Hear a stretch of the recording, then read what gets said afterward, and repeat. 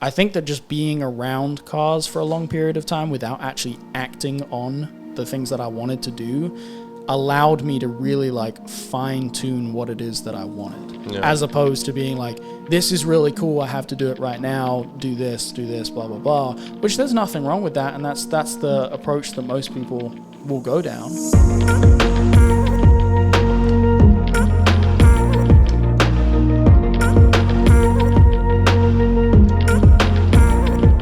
Yo, what's going on, guys? Welcome to Substance Podcast. I'm your host, Liam. And I'm your other host, Matt. And today's episode, we're just hanging out again in the garage like we do every episode. We didn't really have anything planned, you know.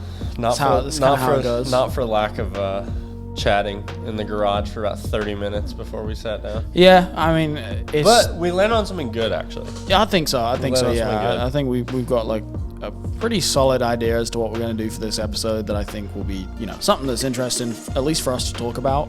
We'll find out when you guys listen to it, if it's something that's interesting for you guys to listen to. But yeah, we've, I feel like it's been a busy week, but I honestly can't remember what's happened. You've been busy with work, I know that.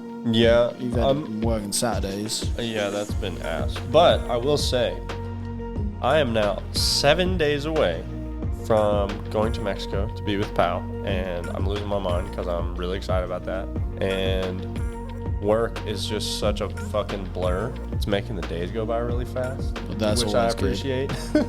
So, yeah, that's pretty cool. That's always good.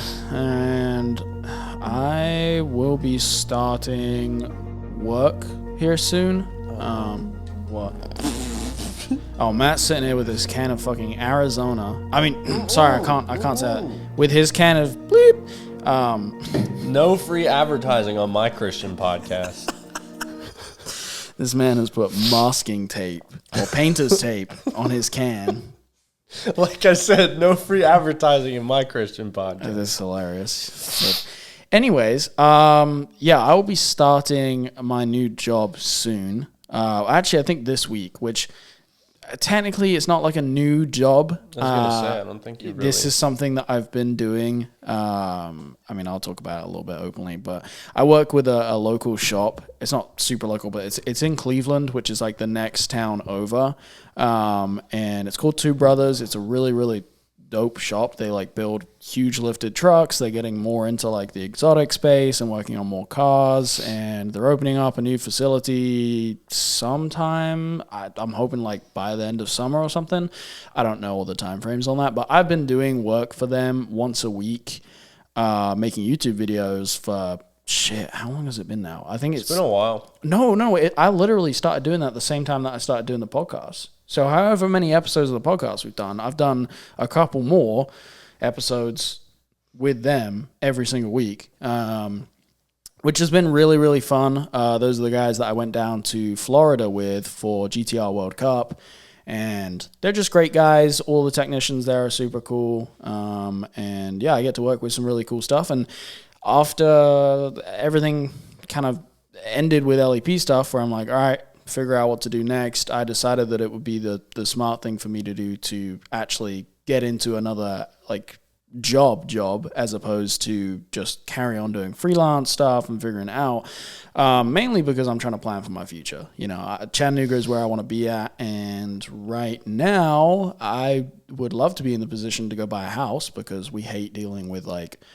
rental stuff here. We're not even going to get into that conversation because it doesn't matter what place you rent, you're always just going to run into issues with something or other, and at the end of the day, you're just throwing away money. So I would quite like to buy a house, and I'm like... I mean, I wouldn't say you're... We still throwing it. I mean, like, there's a roof over my head, so I wouldn't correct, say there's a roof over my head, but, like, the tens of thousands of dollars that I spend every year, I don't get that back in any way, shape, or form. I just live in the house, which... don't get me wrong. I appreciate living in a house. That doesn't make any sense. Yes, to me, it does. It is okay. Over 20 years, you know how much fucking money you spend on rent. Even over 10 years, 5 years, you know how much money you spend on rent. None of that is equity towards the house. You don't own it. This is we don't even have this conversation because this is not a car conversation. But anyway, what I'm saying is I'm in a position to buy a house, but I can't because I can't get approved for a mortgage because my income is so ridiculously sporadic because I own a business that loses fucking money. So I have decided it is the smart decision for me to get into a job of which I have the amazing opportunity to work with two brothers because I've been working with them. I've developed a great relationship and I'm an asset to them. And so I'm going to be providing them with marketing and more video stuff. And I'm super excited about that because it's something that I already love doing. And now I get to essentially make it my, it's not my full-time job. This is a part-time thing. And I'm still going to be working on everything to do with Substance, with Matt and Benny, and creating content for my own stuff. But this will just be a lot more stable, and hopefully I can kind of structure my life a little better. That's kind of one of the biggest things I've needed for a while is just structure. Structure is unbelievably helpful, and I feel like a lot of people, myself included, take it for granted until you don't fucking have it anymore. Yeah. And then all of a sudden, like, oh, fuck, my whole life was... built on that. And I'm sure that there's probably a lot of people listening to this podcast that, either you're in the self-employed route or you're thinking about going that direction. And I don't ever want to take it away from anybody being like, oh yeah, it sucks. It's fucking awful. Don't do it. That's not the case at all. It's just, it is difficult. And not only just finding work, doing work, making the money to pay the bills, just other parts of your life, trying to find structure, self-discipline is a really, really hard thing. I think that's probably the hardest part for a lot of people, myself included, in the times where I've had, whether it was when I was running my own business or when I was doing a 1099 job, it's organizing yourself, but even more than that, self-discipline. If you don't have a boss, if you don't have somebody telling you, if you haven't started by this time, you're in trouble, it's so easy to just be like, oh, I mean, an hour's not that much. I can just add an hour onto the end of the day or something. Exactly. And it's just, it's not something that I want to continue doing. Ultimately, I want to set myself up to where I have multiple streams of income where I don't have to work so hard, but that's why I'm I've been busting ass through my 20s is because by the time I get to my 30s, I want to be able to relax a little bit. I don't want to keep up this lifestyle of running around trying to do a million things as I get older. Nobody wants to do that.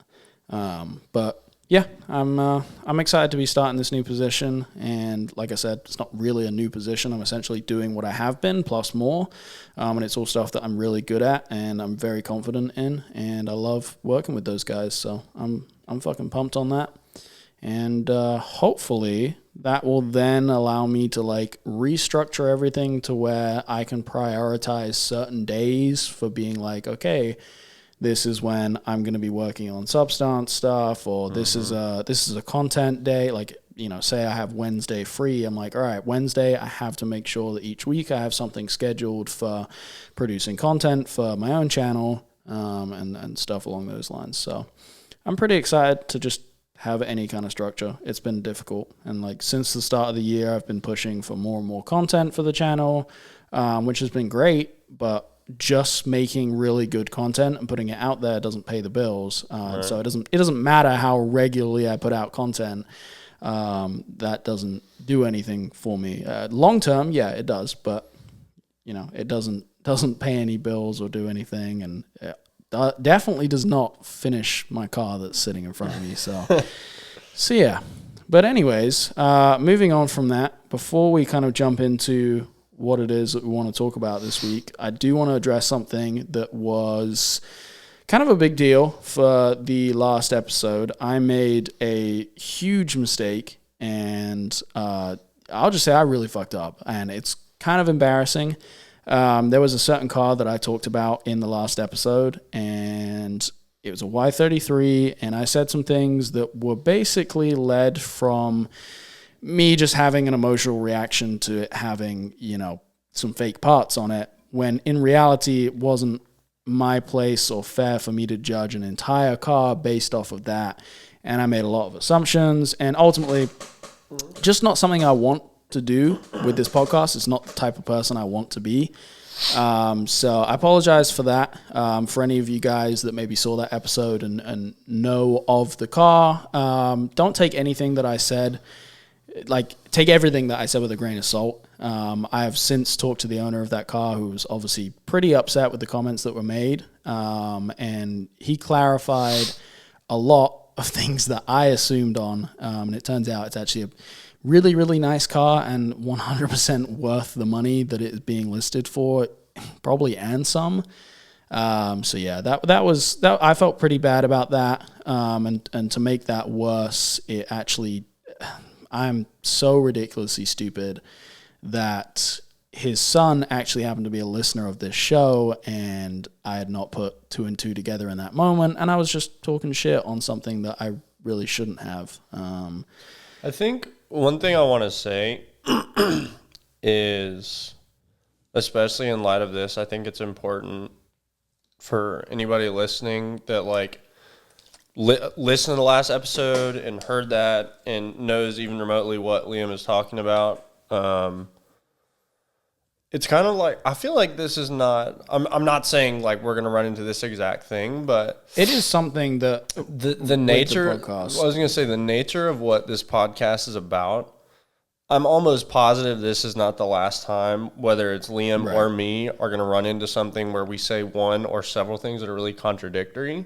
Yeah. Or just, something it's going to upset someone if we're talking about cars, especially if we, say some things are bad or whatever. It's 100%, it's something that we have to be very cognizant of with this podcast, is that, like, we're not ever purposely trying to talk shit. Although, yes, what I did last week was I was talking shit. Well, look, not cool. Look, so this is what I'm saying is, at the end of the day, all of this stuff is subjective. Yeah. This whole, you guys know the disclaimer, but just in case you haven't listened to any episode but this one, we give a disclaimer every episode, or when we can remember, that this podcast, like, this is all just our opinions. Yeah. That's literally what it is, because it's just me and Liam having a conversation, and it's just our opinions. It's what we think. So we go into it knowing that we're not, neither he or I are experts on any of this stuff, period. No. We'll both tell you that up front to your face. And because of that, I don't want anybody to think that we're, like, really self-important, or we think that, like, what we say and or think is more important than what you say and or think, because it's just not the case, man. It's just not. But, because cars are subjective, ultimately it comes down to, like, we can feel the way we feel about a car like that for our reasons, just like you guys can. But I think the important thing that we're taking from this, that maybe, you can take from this without having, like, been in it, in a situation like this by yourself, is, like, for lack of a better way of phrasing it, if you're going to, like, why am I breathing so heavily? Like, what the fuck? Okay.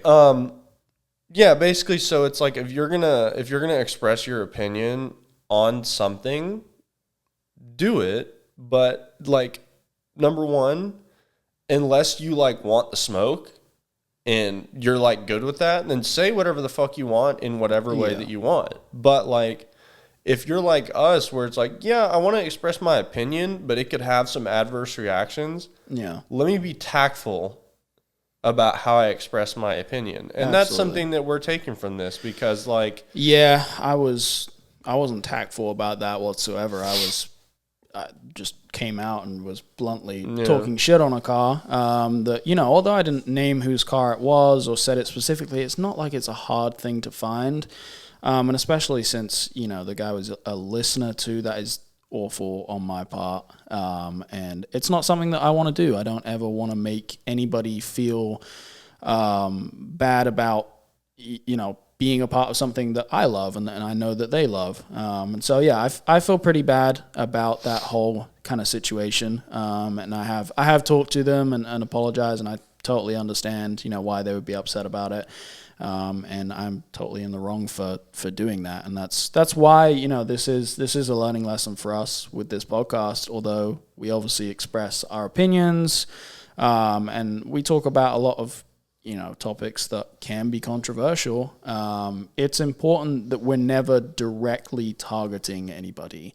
We can talk about certain things, certain topics, or maybe things that we don't like, but I think it is pretty important that we're never like, this car specifically fucking sucks, or this person specifically sucks, blah, blah, blah. That just, there's no need for that. And I really jumped the gun with, my assumptions about that car based on, something that I saw that I didn't like. And that's not cool. So, well, I think like one last thing that I want to say as far as going back to what I said about like contradictions that you and I are going to learn, and we're going to approach this podcast like this forever after, is like, again, we have our opinions. We don't, we don't like fake parts. We don't like when stuff is fucking half-assed. Like, we don't. You're not going to change that. Like, I don't Right. care what you tell me or what you say to me. That's how I feel. And that's just the way it is, right? But what I will say... Just to clarify, we're not saying that about that car. No, we're not. But what on the topic as a whole with our opinions... Yeah. What I am saying is, like, something that, came to, like, a very blunt, like, baseball bat to the face about what it was, is like, there were some things that were explained that we obviously would not have known otherwise. And that was something where we fucked up, where, thinking backwards, we've kind of 50% addressed it because of, like, me coming from like the perpetually broke thing before this in my life, where it's like, yeah, I haven't always had like this, that, and the other. Again, it's not an excuse to half-ass it, but like, I think what I'm getting at is, like, if you have the parts that you have that are like fake or subpar or whatever for like a compelling reason, like, you don't have, for instance, if you have wheels that are on the ground all the time and you don't have like the expendable income to, have really nice wheels, like if they're like winter wheels or some shit, it's really easy for us, either one of us, to be like, yeah, this fit. But ultimately, this is back to the subjective thing. Like, if it's your car and you have your reasons for doing something, exactly, that's it. Totally fine. Who are we to say anything on it? And that, brings me right back to the point of targeting anybody specific. People have their reasons for things. There's absolutely no reason for me to go out on a whim and make assumptions or talk shit on anybody's car specifically. So I think we'll wrap it up there. Obviously, Liam has, Liam apologized, but I'm not hiding over here. I obviously also took part in that conversation, so I apologize too. This is something, like I said, we learn from it. We see what we're gonna do and what we're not gonna do. Yeah, I mean, that's important with this podcast. Like, you guys are with us on this journey, like figuring out what works for this podcast, how we do address certain topics. It's not like, it's never going to be perfect. We 100% have to put that out there. Like, me and Matt, we're regular dudes. We're not TV presenters in a fucking studio on a network. This is two dudes in a garage talking about cars. We don't have prompters, and you should know, because you hear all the dumb shit that comes out of my mouth. So, but yeah, no, we're literally no different than any of you guys hanging out in your garage talking. The only difference is there's a camera, there's some lights, and there's some microphones, and you guys happen to listen and see us. But that is why we feel it's important to tread lightly around certain things, just to make sure that we're not ever attacking anybody personally. So, yeah. Apologies for that, and we're going to make sure that stays up. I'm not taking that section out of the last episode. If you want to go back and listen to it and see how much of an asshole I was, you are more than welcome to, but, it's important to me for you guys to see where we fuck up and then actually see us, like, make an improvement from it. Yeah. Because we're human, and, we make mistakes, and we want to improve on them and make this show better and be better people. So, yeah. Yes, sir. Anyways, jumping into what we want to talk about for this episode, which I actually think is going to be kind of sick. And like we said in the previous episode, every time we like just do an off the cuff episode where it's just like, all right, let's figure it out like as we go. They usually turn out pretty fucking good. Yeah, so I would agree. Strap in, guys. It's going to be great.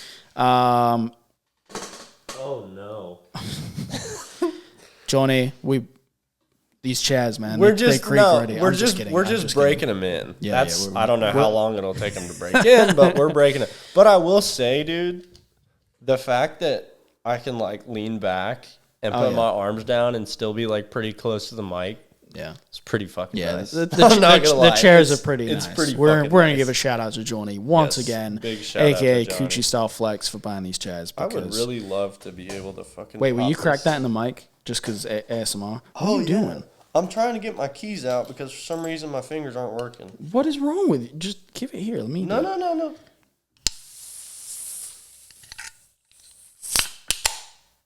That was amazing. I hope you guys enjoyed that. That's it for this episode. Thanks. Just kidding. So we were talking about it on the floor. I have a table right in front of me. We were talking about wanting to do an episode. And we actually tried to do an episode like this forever ago, where we were talking about like almost at the very beginning. Yeah, like the second or third episode. We recorded an episode that was us basically kind of telling our stories of our background in cars, how we got into cars, all of that stuff. And it was like 3 hours long. It was way too long. And we just like... I think the funniest part was like the conversation that we were having like immediately after, where for about 5 to 10 minutes, we were like working as a team to try and rationalize why it would be a good idea to put the episode out. And at the end, we were like, let's stop fucking her. That would be terrible. We dragged it on for a really fucking long time. And like I think it was just us like being excited to tell our story that both of us just talked for way too long on every specific thing. I feel like everybody's like that though. Yeah. Or at least most people. But anyways, I think this time we're going to do something similar, but it's almost like a subcategory of that entire episode. And I think we actually want to talk about some of our background in cars, but also I think mainly we want to focus on how our style has changed and developed over our, like, can we call it a car career or our, like... I don't know about a career, but, like, just the time that we've been around cars. Well, for me, it's been a career, but... Oh, well, yeah, okay, yeah. But anyway... The time that we've been around cars. Yeah, the time that we've been around cars from when we, first got into it, what we're into, and, how that has changed over the years due to certain things, and where we're at now. So yeah, where do we even start with this? What do you wanna do? Just one of us jump into kind of where we got into cars, or what we're into originally. I'm thinking of kind of a funny story with me, so I guess I'll do it first. Okay, yeah, go ahead. So my first car that I ever had was a 1999 red Chevy S10, like the split head. Excuse me, the split headlight model. And I got it from my grandfather. He sold it to me at an absolutely ridiculous price because I was like 18 years old. And it was just unbelievably low miles. Like, I want to say when I got it, it had like 18,000 miles or something. Mm-hmm. And this was in like 2011. It was a 99. Mm-hmm. And he was really meticulous. Like, he was clean. He was washing it like every week. So the red paint was just mint. Mm-hmm. And it's so funny because I can always remember this moment where I was in the driveway, and I do not remember why I was looking under the hood, but I remember looking under there and seeing like on the intake manifold where it said Vortec, and I'm like looking at it, and I'm looking at the engine, and I'm just like, yep, that sure is an engine. I knew absolutely jack fuck about cars, period. End of story. I knew nothing. Like, that's how I feel. That's how I feel now too, but just not to the same level. But like, dude, this is embarrassing, but I'll share it with you guys just because Substance exclusive. There was one point in time where I was that person that like wore their fucking brake pad like completely past the actual pad.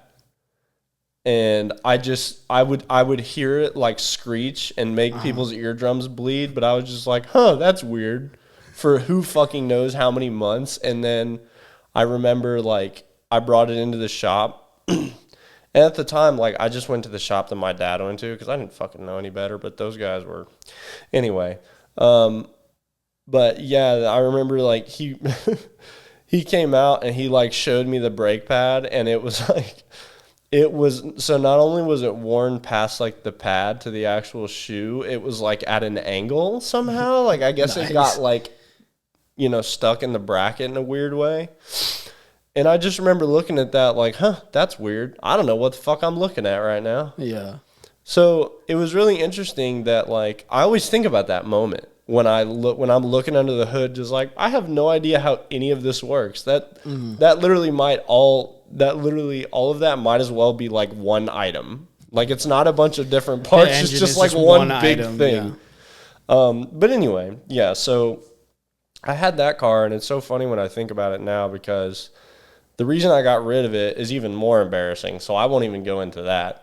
There's been a lot of like me moving cars for really dumb reasons, if I'm being honest. But anyhow, now that I'm at where I'm at, like I'm so upset that I didn't have that car at a different point, or that truck at a different point in my life. Oh yeah, I mean if you have that now, dude, that thing would be low and on like Goo Cars or American Racing 5s or Dayton, who fucking knows? But that thing would be low and clean as fuck. Fine, yeah, especially if you're saying it was like perfect condition with like 18,000 miles. It was so good, dude. Any of us would appreciate that now. But yeah, so that was like my first car. Okay, so my first car story isn't.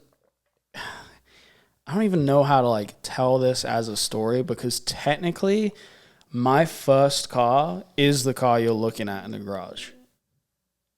That doesn't make any sense. Oh, no, it doesn't you've make told any me you had. Oh yeah, exactly.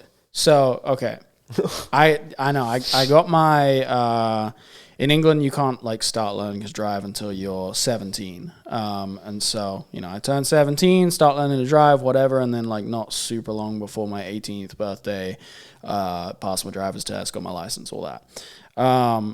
At the time, I really wanted to, like all of my other friends, like the one thing that I really wanted to do was just go and buy like a 6N Polo or a 6N2 Polo for like 500 pounds and be like all of my friends. My Those things my are friends so had funny. They're like K cars, but in Europe. not even they're bigger than K cars. They're Well, like, I know that, but like they're Right. shaped like fucking K cars. but They're like little all toasters. of my friends basically had Polos or Lupos. Maybe a couple of them had like a Golf because like it's a little different over there. Like paying to insure a car when you're fucking 17, it ain't happening. Like it's just not happening. So you have to have like the smallest engine possible, have 5 fucking doors on the thing because apparently 2 doors or 3 doors, sorry, because it's a hatch, is too much of a high risk for insurance. So just all kinds of things, right? That was what I wanted. I wanted to be like the rest of my friends, go and buy a really cheap Volkswagen or some kind of small hatchback that I could just make my own. And unfortunately, that wasn't an option for me. And I don't want this to come across negatively because I'm very, very appreciative. But at the time, I borrowed my parents' cars.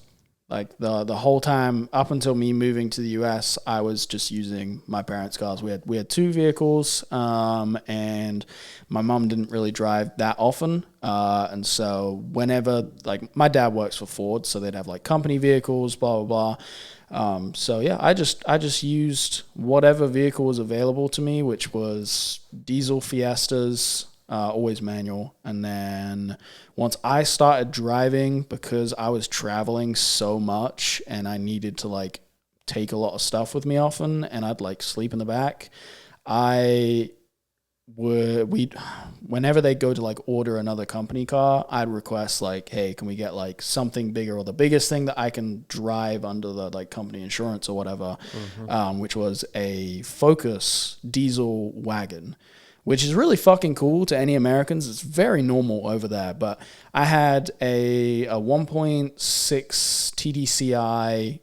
TDCi Focus wagon. It was a 6-speed manual.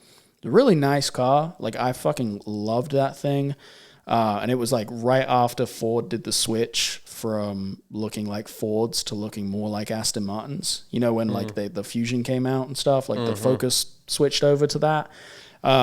So for me, it was a really, really nice car, and I'm very thankful that I had the opportunity that my parents would, you know, let me use that, and that obviously aided in me being able to get out and do my job, which was filming. So yeah, that was nice, and you know, as much as I wanted to go and buy like a cheap car, my parents were not cool with me having like a piece of shit on our driveway for me to work on. So it just wasn't an option for me. So I was very thankful to have, you know, nice new car to use to get around. Didn't have the option to like have a shittier car to build and express myself, but you know, I can't really complain at all. But yeah, that my first car story, the reason that I say that like my first car is the one that's in front of us, my LS400, is because when I moved over to the US, which I don't need to get into the entire story, but my family moved over to the US also. Like I said, my dad works for Ford. I was born in the US, and so I am a citizen. I'm the only citizen in my family. So when the opportunity came around for, you know, my family to move back over here for my dad's work, I wasn't like included in that deal, but because I'm a citizen, I was like, okay, I'm going to piggyback off of them moving. So that's what I did. Liam was like hanging off the fucking wing of the plane. Yeah. No, I did get a flight. It's like Ford's policy that you have to fly business class. So we had to fly business class to come over here, which was nice because I'll probably never do that again. I was going to say, what a struggle. Yeah, I was like, if there was an option for them to just give me the money for that business class ticket, I would have taken it because I could have bought a car with it. Anyways, yeah, when I moved over to the US, it was kind of the same story as how it was when I got my license in the UK. It was using my parents' cars, and once we moved over here, they had the option to have, you know, a third car, which was perfect because it meant that I could actually have one that was mine and I could go off on my own and not really ever like affect, you know, my mom needing to go get groceries or whatever. So yeah, as soon as I moved to the US and I had the access to be able to get a Mustang, I did, because I had grown up obsessed with American cars because we didn't have them in Europe. And so I was like, yeah, I fucking love Mustangs. I always loved Mustangs. I moved to the US. Of course, the first thing I'm going to do is get a Mustang. So yeah, I mean, the story continues with that, but it ended up where I got to a point where me buying my first car that I actually bought, the rest of them, all these company cars, these were company leases, so they weren't technically mine, although I was paying for them. The LS is my actual car. No, if you have driven the car on a regular basis, for the sake of context here, it's your car. I'm not claiming anything as my car unless I bought it. Oh my God. If it's a lease, that's not. Well, that's true, because I feel like if I lease something now, I would still consider it my car. I never considered those because it was something that was not an opportunity for anybody to do. And I had that opportunity that I did never count that as my car. And that's why I never like modified any of those cars. Yeah. Okay. And I consider the LS400 was my first car because I bought it and it's mine and I got to express myself. Everything else was just, this was the car that I got to use for this period of time and I was paying for.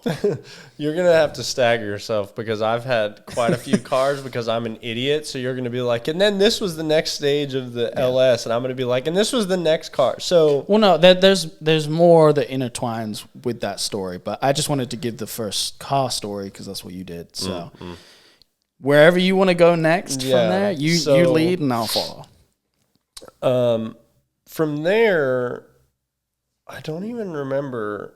My friend Austin Tillison, shout out to Austin. I think I mentioned him in like 3 episodes so far. I need to tell him that. But anyway. I guess, do you want to talk about like the kind of cars that you were into at the time? Well, that's what I was, okay, I was about to lean into that one. So basically, I'm pretty sure I was still driving the S10 because I was driving the S10 when I got out of high school. And me and Austin were friends in high school. And the only people, he was one of the only two people that I knew that were like even remotely in my sphere at that high school that were like into lowered cars and cars with camber and all that. And I remember he and a friend of his who was like an acquaintance of mine, I guess his name was Nico. Nico had a Miata that was absolutely fucking dumped. And then Austin had an S13 that he still has to this day, actually. That was, it was pretty low, actually. It was pretty low on battles, I think, at the time. And we were just, I don't know, like, I only ever saw him in school. So I never, like, knew what kind of car he had or, you know, whatever. And I remember going to this Target by my house, and I saw him and Nico sitting in the parking lot. And I'm, like, looking at there, I'm like, yo, what the fuck? Like, I had never, I guess, seen or otherwise noticed cars like that because there weren't really a lot in my area, at least at that time. Yeah. And so I pulled up there. I was like, oh, dude, what's up? And he's like, what's up, man? I'm like, yo, what is this? Yeah. What is happening here? And he's like, oh, yeah, dude, this is my 240. That's Miata. And I was like, that's fucking cool. I've never seen cars like that before. Yeah. Because remember, at this point in time, I still knew nothing. Yeah. I knew absolutely nothing. So, I think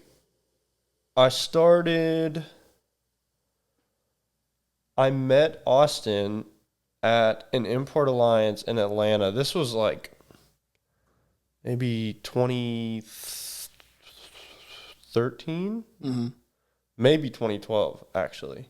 I don't remember.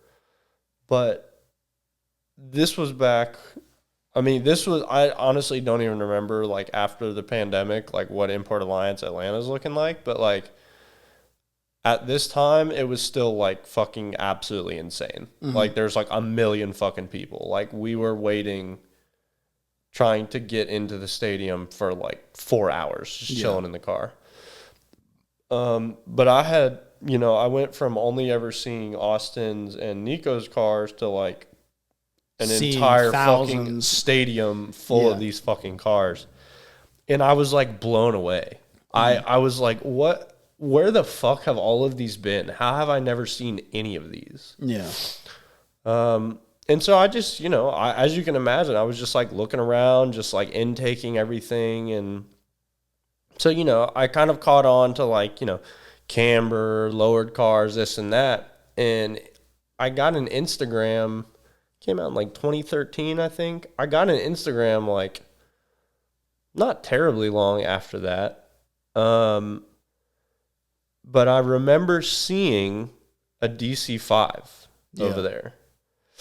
And I was like, holy fuck, that is cool. Like, especially because it was a second gen like mine was. So, like, the back of that car, I don't care. The back of that car will always be the number one. It's the number one rear end. I hate that I just did that. The wing, they came with that wing, right? Was that wing factory or no? It was like, it was an OEM wing, but they didn't all come with that. Okay. But, like, the one that I saw did have the wing. It did have the Type R wing, and just the way that they look, like the really thin taillights, especially on the second gen, because they didn't have the teardrop, so it was just like really thin, and then you have the three like dots. I just seeing the back of that, the whole car obviously, but like the back of that, I'm like, holy fuck.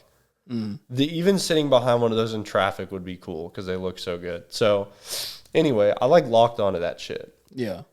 And again, I have like these little like flashes, very specific memories. And I remember sitting in my bed on Instagram, just scrolling through like lowered RSX, lowered DC-5, whatever. Yeah. And I just remember like seeing all of these photos of like the rear end with camber that matched the body lines. And I was like, that's it, dude. Yeah. I fucking want that. And so I ended up selling my S10 for a really dumb reason. And I am so grateful that I'm privileged enough that my parents were in a position where I was able to find one, and we went to the dealership, and my mom was with me, and she paid the whole down payment for me. Yeah. Like, that's absurd. Yeah. Like, so, that's something that especially with, what came with me getting that car, like where I'm at right now is because I was able to get that car, and none of that would have happened if my mom didn't cover the down payment for me, because they've always been really, really supportive of me. That's, that's another thing that I really, really appreciate about my parents. But anyway, so I got it. It was magnesium metallic, and it had the Type R wing, and it had an OEM A-Spec kit. I didn't realize like how cool that was until like much later. Yeah. But yeah, so I mean, I get it, and oh my God, literally the first fucking week, it is completely stock, and I'm like coming down this hill at this business near my house, and I didn't fucking know any better. And it was like a 45-degree angle into a flat street. Mm-hmm. And I fucking took a chunk out of my A-Spec lip. The first week I had the car. Okay. I could not describe to you how fucking pissed I was. And the really ridiculous thing is, as per usual at that time, I didn't have a lot of money. Yeah. That chunk was out of that fucking lip for such a long time. And I was so desperate for it not to look like ass. I shit you not. I actually started working at Honda. Like, once I got interested in that stuff, I was like all in. I was like, okay, well, I have to go work with cars now. Yeah. So I left my job that I was in at the time, and I started working at Honda. I was just doing express stuff, but like I was working at Honda. And so I remember the big chunk that like came out of the bumper. I had it. Like, I kept it. Yeah. What I would do, and this was like a consistent process because it would just break and shit over and over again. I would get touch-up paint for magnesium metallic. I would get gasket sealer and like basically glue the fucking chunk back in the hole, and then use the touch-up paint to paint the gasket sealer. Man, so it was like a 50-yard fucking lip. Yep. The things we do when we don't know any better. Dude. Well, I mean, it's like I would probably execute a little better, but at the time, like I didn't have any other choice, but I was going to make sure that thing was at least a 25-yard car. Yeah. Yeah. But yeah, so the whole thing with that kind of started with the specific, me seeing the rear end. Yeah. And then going home and getting on Instagram and seeing like the rear end with camber that matched the body lines. Mm-hmm. And that was just it for me. I was like, that is the coolest. That's so fucking cool. Yeah.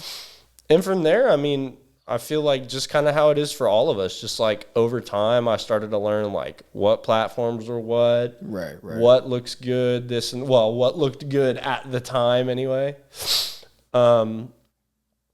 And I just, much like I do now, I always really liked like motorsport, really, not sporty's not the right word, really aggressive shit. Mm-hmm. And I have, oh no. Are you fucking, hold on a second. Sorry about that, guys. The camera, this seems to be a regular thing now. The camera likes to overheat, which is less than ideal because I need this thing to do everything. So, yeah. We have a fan running on it now, and if you guys can hear that in the background, I apologize, but it's kind of a necessary thing for the camera not to destroy itself, apparently. But anyways, go back to what you were saying. What was I talking? Oh, like, okay. So that was kind of like where my style began, and I'll like wrap up that stage just so we can, talk about yours. But like the thing, weirdly enough, still to this day, and my TSX is next in line for this, where I got the car stock. It just happens they're both Acuras, actually. But I got the car stock, and I did everything. I modified everything. And I was able to build it in the way that, like, that was my style that I had in my head. And I've said it before, and it's like, I really like these really, like, cyberpunk looking, fucking futuristic, kind of gritty kind of thing. And I kind of wanted to do that. Street sport is kind of how I would describe it. Like, it's a streetable car. It wouldn't look absolutely ridiculous in the context of, like, seeing it on the road. But it would also... It's fucking... I don't know. Like, it looks like, oh, that thing is mean as fuck. You know what I mean? And that was... You know, that was the direction that I went with it. And there was just different stuff that I did that... You know, much like I always am, I'm doing the best I can with what I had, and it was kind of like a couple things of that nature. Okay, let me rewind just a little bit. I did all of the things that we all do when we get into it. Yeah. I plastic dipped the wheels black. There for a little while, I had the fucking front lip that was basically like garage sealer or whatever, the stuff that goes on the bottom of garage doors. I had the lip like that. I was literally, I had the little, there's nothing wrong with bumper clips, but I had like the really obnoxious ones that were popular on Hondas back then, which granted, when I did lower it, I ended up using it probably more than I would have imagined I would to like take I got pretty good at taking the fucking bumper off of that thing. Yeah.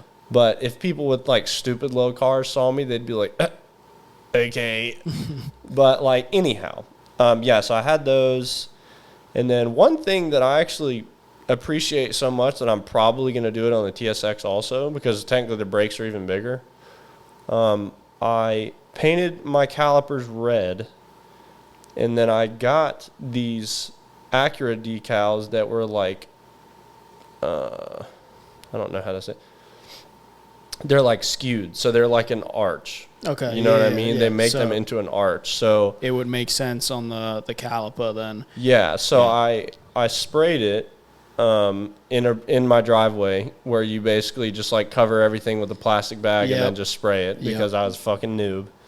But yeah, then I got those decals and spent like 10 minutes trying to get them on there like perfectly. And luckily I did. And then I clear coated them, like rattle can clear coated them with like the highest temperature like clear coat that I could find. And it looked fucking good. And I was honestly really stoked how it turned out. I'm probably going to do the same thing on the TSX, just I'm painting it black for now. Yeah. But like, yeah, so that looked really good. I was so about it, and I wanted my car to like look mean and like stand out. I literally bought off the internet. I bought like headlight bulbs, or no, running light bulbs that were red LEDs. And I would pull up at shows, I would park my shit, pop the hood, and replace my fucking running lights with the red ones. With the red ones. Yeah. Oh my God. Yeah. So, but anyway, that was kind of where my style started, was like the street sport idea, where it's like really cyberpunk, like it would look really fucking cool driving on the street at night. Like, you know how Night Runner's FRS, like the OG Night Runner FRS was? It was kind of like that, but it was more me. I know that doesn't really make sense to anybody but me, but like that was kind of the vibe that I was going for, and I knew nothing about his car at that time. Yeah. And it got better over time, as you can imagine. It was just little things here and there the whole time, little things here and there. I want to say like The thing that I used to do to be more excited is I would stockpile shit. I would get a bunch of parts, and then like especially like bolt-ons for engine shit, I would get a bunch of parts and then put them all on at the same time. So I'm like, I drive a Ferrari now. This thing is so much faster. Like, and but yeah, you know, I did the same shit that we all do. I spray painted the rising sun with an Oni mask on my fucking valve cover. Yeah, I was, Fair. dude, we all start at this place. It's so funny because it was just me. I didn't have anybody to be like, hey, Matt, that's kind of hokey. Like maybe just playing it like wrinkle black or like wrinkle red or something, but maybe don't do that. I didn't have anybody to tell me that, so I was just like, it was fun, but like looking back at it now, like I'm like, damn, son. Yeah. So it is funny that you say that we all go through that and that like everyone's done that. Yeah. I didn't. But I'm gonna tell you. Of course you didn't. No, I'm gonna tell you guys why I didn't. And so my journey with cars and how my like style has changed over the years has 100% been based around like me being involved with cars but never having a car. So you already had like taste going into it. Exactly. So like my taste with cars started obviously with me growing up in the UK, whatever is accessible to me there. And so when I was like really, really young, the thing that like piqued my attention was wanting to go to these custom car shows.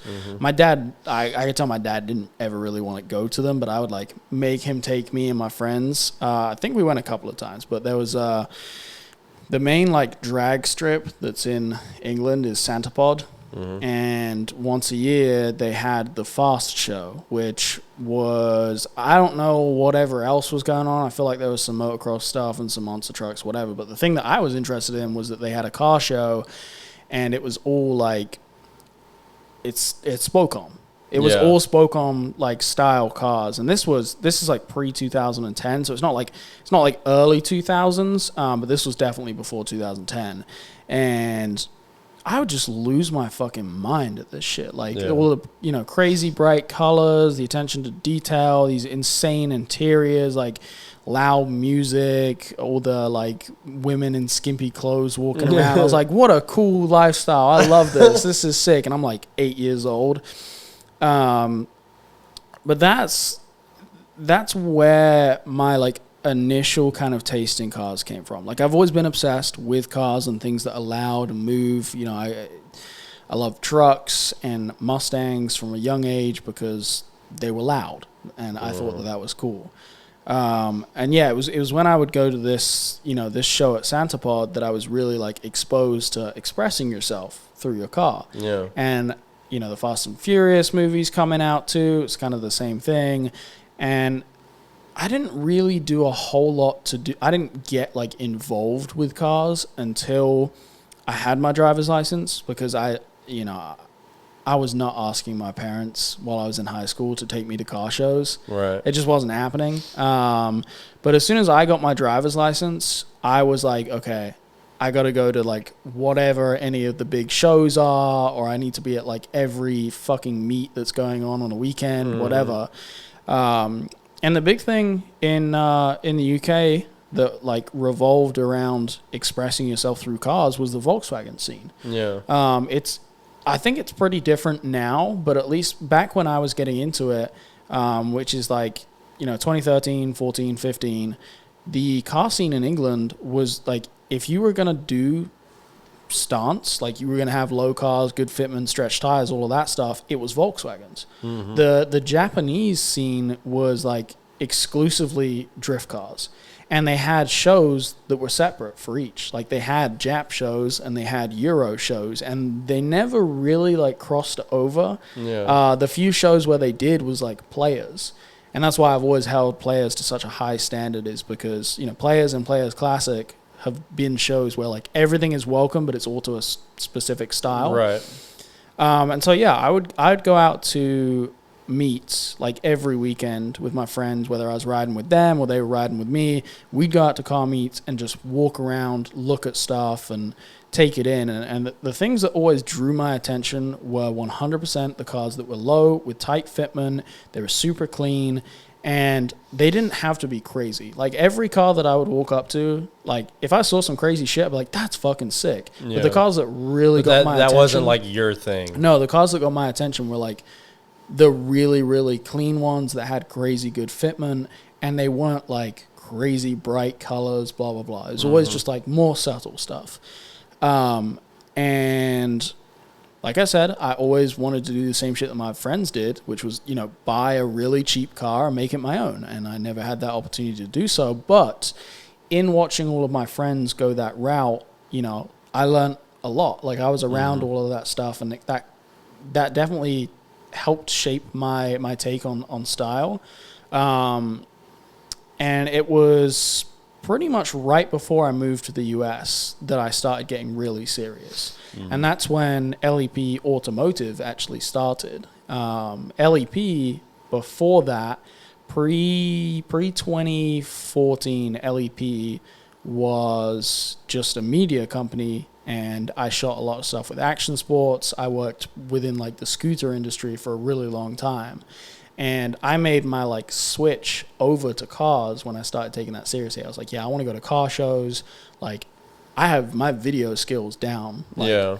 If I go to a car show, I can make a sick car show video. And at the time, there was really only, like, a handful of people in the UK that were, like, making sick videos. Yeah. And I was just seeing all the stuff that was being put out in the US. Like, Crispy and Halcyon, those guys, they're putting out super, super sick videos. Mike Koziel, like, they're making really, really good videos in the US. I'm like, man, there's so many good shows in the UK and nobody's making videos. I was like, I want to be that guy. Yeah. So I started making videos, and sure as shit, like, not long into it, it's like, hey, my family's like, hey, we're moving to the US in 3 months. You want to come with?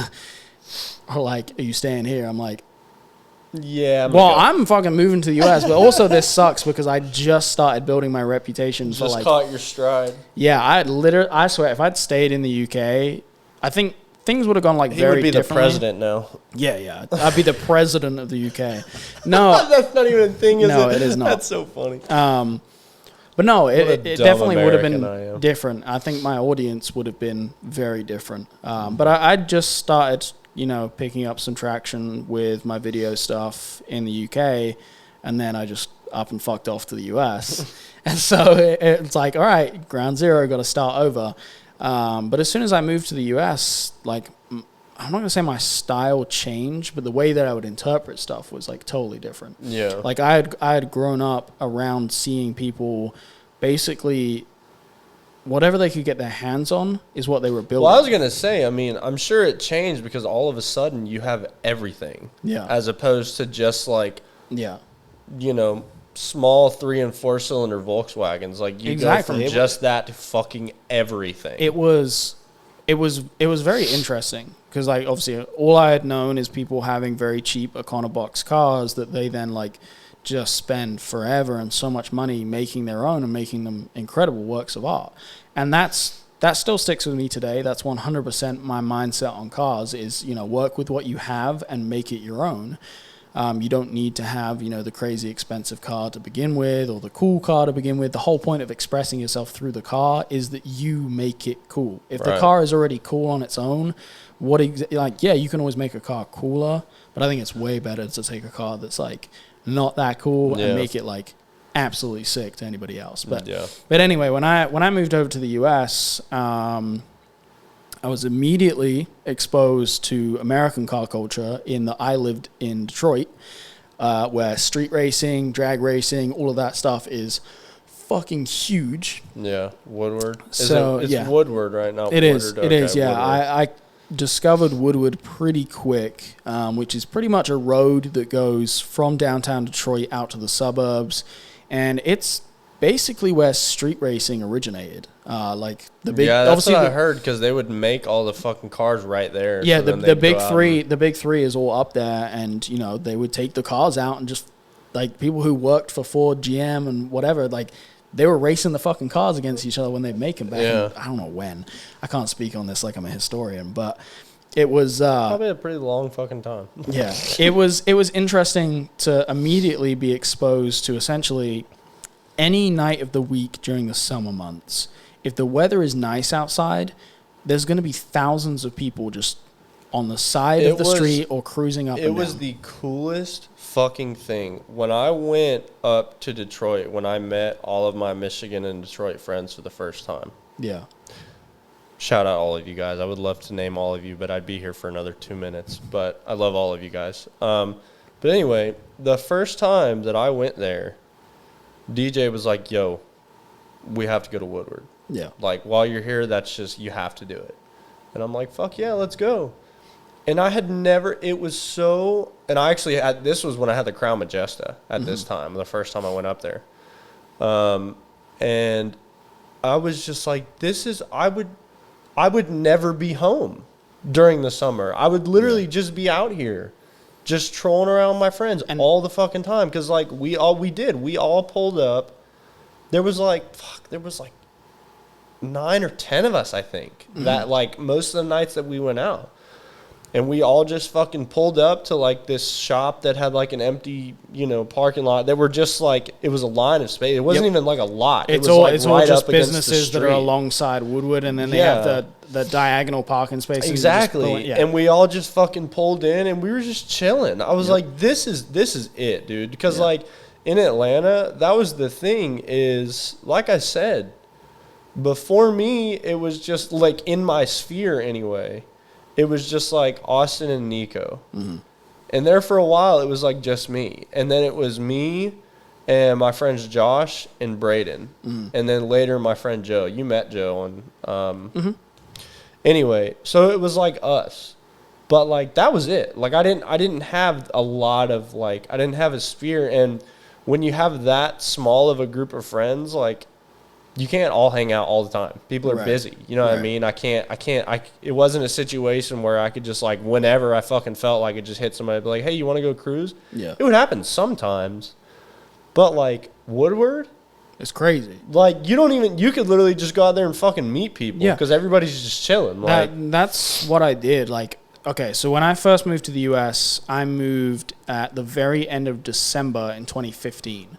So it's the middle of winter. There's absolutely nothing going on. And my first actual experience with cars was that I found a guy on Instagram that coincidentally, before I moved to Michigan, I'd started looking around for YouTube videos to see if there were any like car scene videos on YouTube, and I came across a guy who had a YouTube channel that was making videos similarly to how I was, that had filmed a huge meet at Belle Isle, which you know what that is. It's basically downtown Detroit. There is then an island that comes off of downtown that's kind of in the river between America and Canada, and Belle Isle is sick. And they used to do these meets there that were fucking huge. And shout out to Steve Sanker, because he was the guy that put those on back in the day.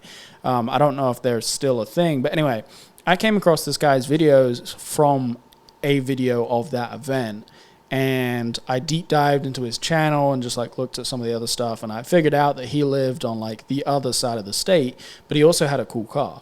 He had a G37 sedan, excuse me, that was bagged. He had WCIs, and it was just like, it was a cool looking car. Like it was a stance car, and I'd never really been exposed to that besides like really clean Volkswagens over in the UK. Yeah. Excuse me while I take a sip. I got like a really... You didn't have to do it right into the mic, Liam. I got like a really scratchy throat thing for a second. Anyways, so as soon as I moved over to the U.S., I hit this guy up and was like, hey, I literally just moved to the country. I just moved to like Metro Detroit. Do you want to link up and like film something or do something? Like, I'd fucking love to. I know that you have a cool car. Like, let me film a video with it. And he was super cool. And he was like, yeah, dude, fucking plan a trip. Like, come over here. Like, we can film it. Like, we can do it all in a day. And he lived in Grand Rapids, so it's like a 2-hour, maybe 2.5-hour drive from where I lived. Yeah. And, I went over there, met up with him at his house, and we just started shooting. And This guy, I didn't have a gimbal at the time, which was like a super necessary thing for filming cars. Back then, it was not affordable. Yeah. I mean, it was like $1,600, $2,000 to get a gimbal, and I was not in a position to buy one. But he had one, and he was like, "Yeah, if you want to use it to like shoot the video of my car," I was like, "Fuck yeah, I do. That's awesome." And he had a drone too, so like we made this pretty sick feature on his car, and that was just a good connection to make, like, as soon as I moved to the US. Mm-hmm. And he ended up linking me up with a couple of other people that he knew closer to me, that I could, like, maybe film videos with or meet up with, whatever. And funnily enough, the first show, which I've talked about this before, I won't get into it in detail, but the first show that I filmed was Import Alliance, because I saw that there was like a gap in the market to film it, blah, blah, blah. And that guy whose car that I filmed, he lent me his gimbal for Import Alliance. So that really? Import Alliance after movie would never have happened in the way that it did if he had not, came through for me and let me borrow that. Networking. Oh, absolutely. The throwback to the episode with Pete. And actually, I'm going to take it a step further and tell you guys who that guy is, because this completes the story and makes it fucking hilarious. So the guy that I met up with, that I linked with, like, before I moved to the US, and, like, he was the first car I shot, and he helped me out with, like, using the gimbal, blah, blah, blah. His name is Frankie LaPena. And I don't know if any of you guys listening to this or watching this recognize that name, but he is the guy that basically blew up a year or two ago. I don't remember how long ago it was, but for like the green screen. Oh, the one shit, that looks like you? The one that kind of looks like me and everybody tags me all the time. That is a good friend of mine, Frankie. And he's got tons of viral videos now of him like running around with a huge fat ass and like security running around with him, and he does the green screen things. If you guys aren't familiar, you can look him up, Frankie LaPena. But it's really funny that people tag me in his videos all the time, saying that it's me because we both have like thick mustaches. Yeah. I mean, I ain't gonna lie to you. It's a little bit more than the mustache is the reason why you guys look alike. But do I have a dump truck too? No. Oh. Unfortunately not. But no, there are other. But anyway, Frankie was the first person that I actually like shot with in the US, and he actually helped me out a ton when I first came over here, and so very appreciative for Frankie helping me out with that and lending me the gimbal. And we still stay in contact, we still talk all the time. It's just it's really funny that it just so happens to be the person that has viral videos that people tag me in all the time thinking it's me. It's not, but maybe we will do a collab at some point because everybody's kind of expecting that to happen.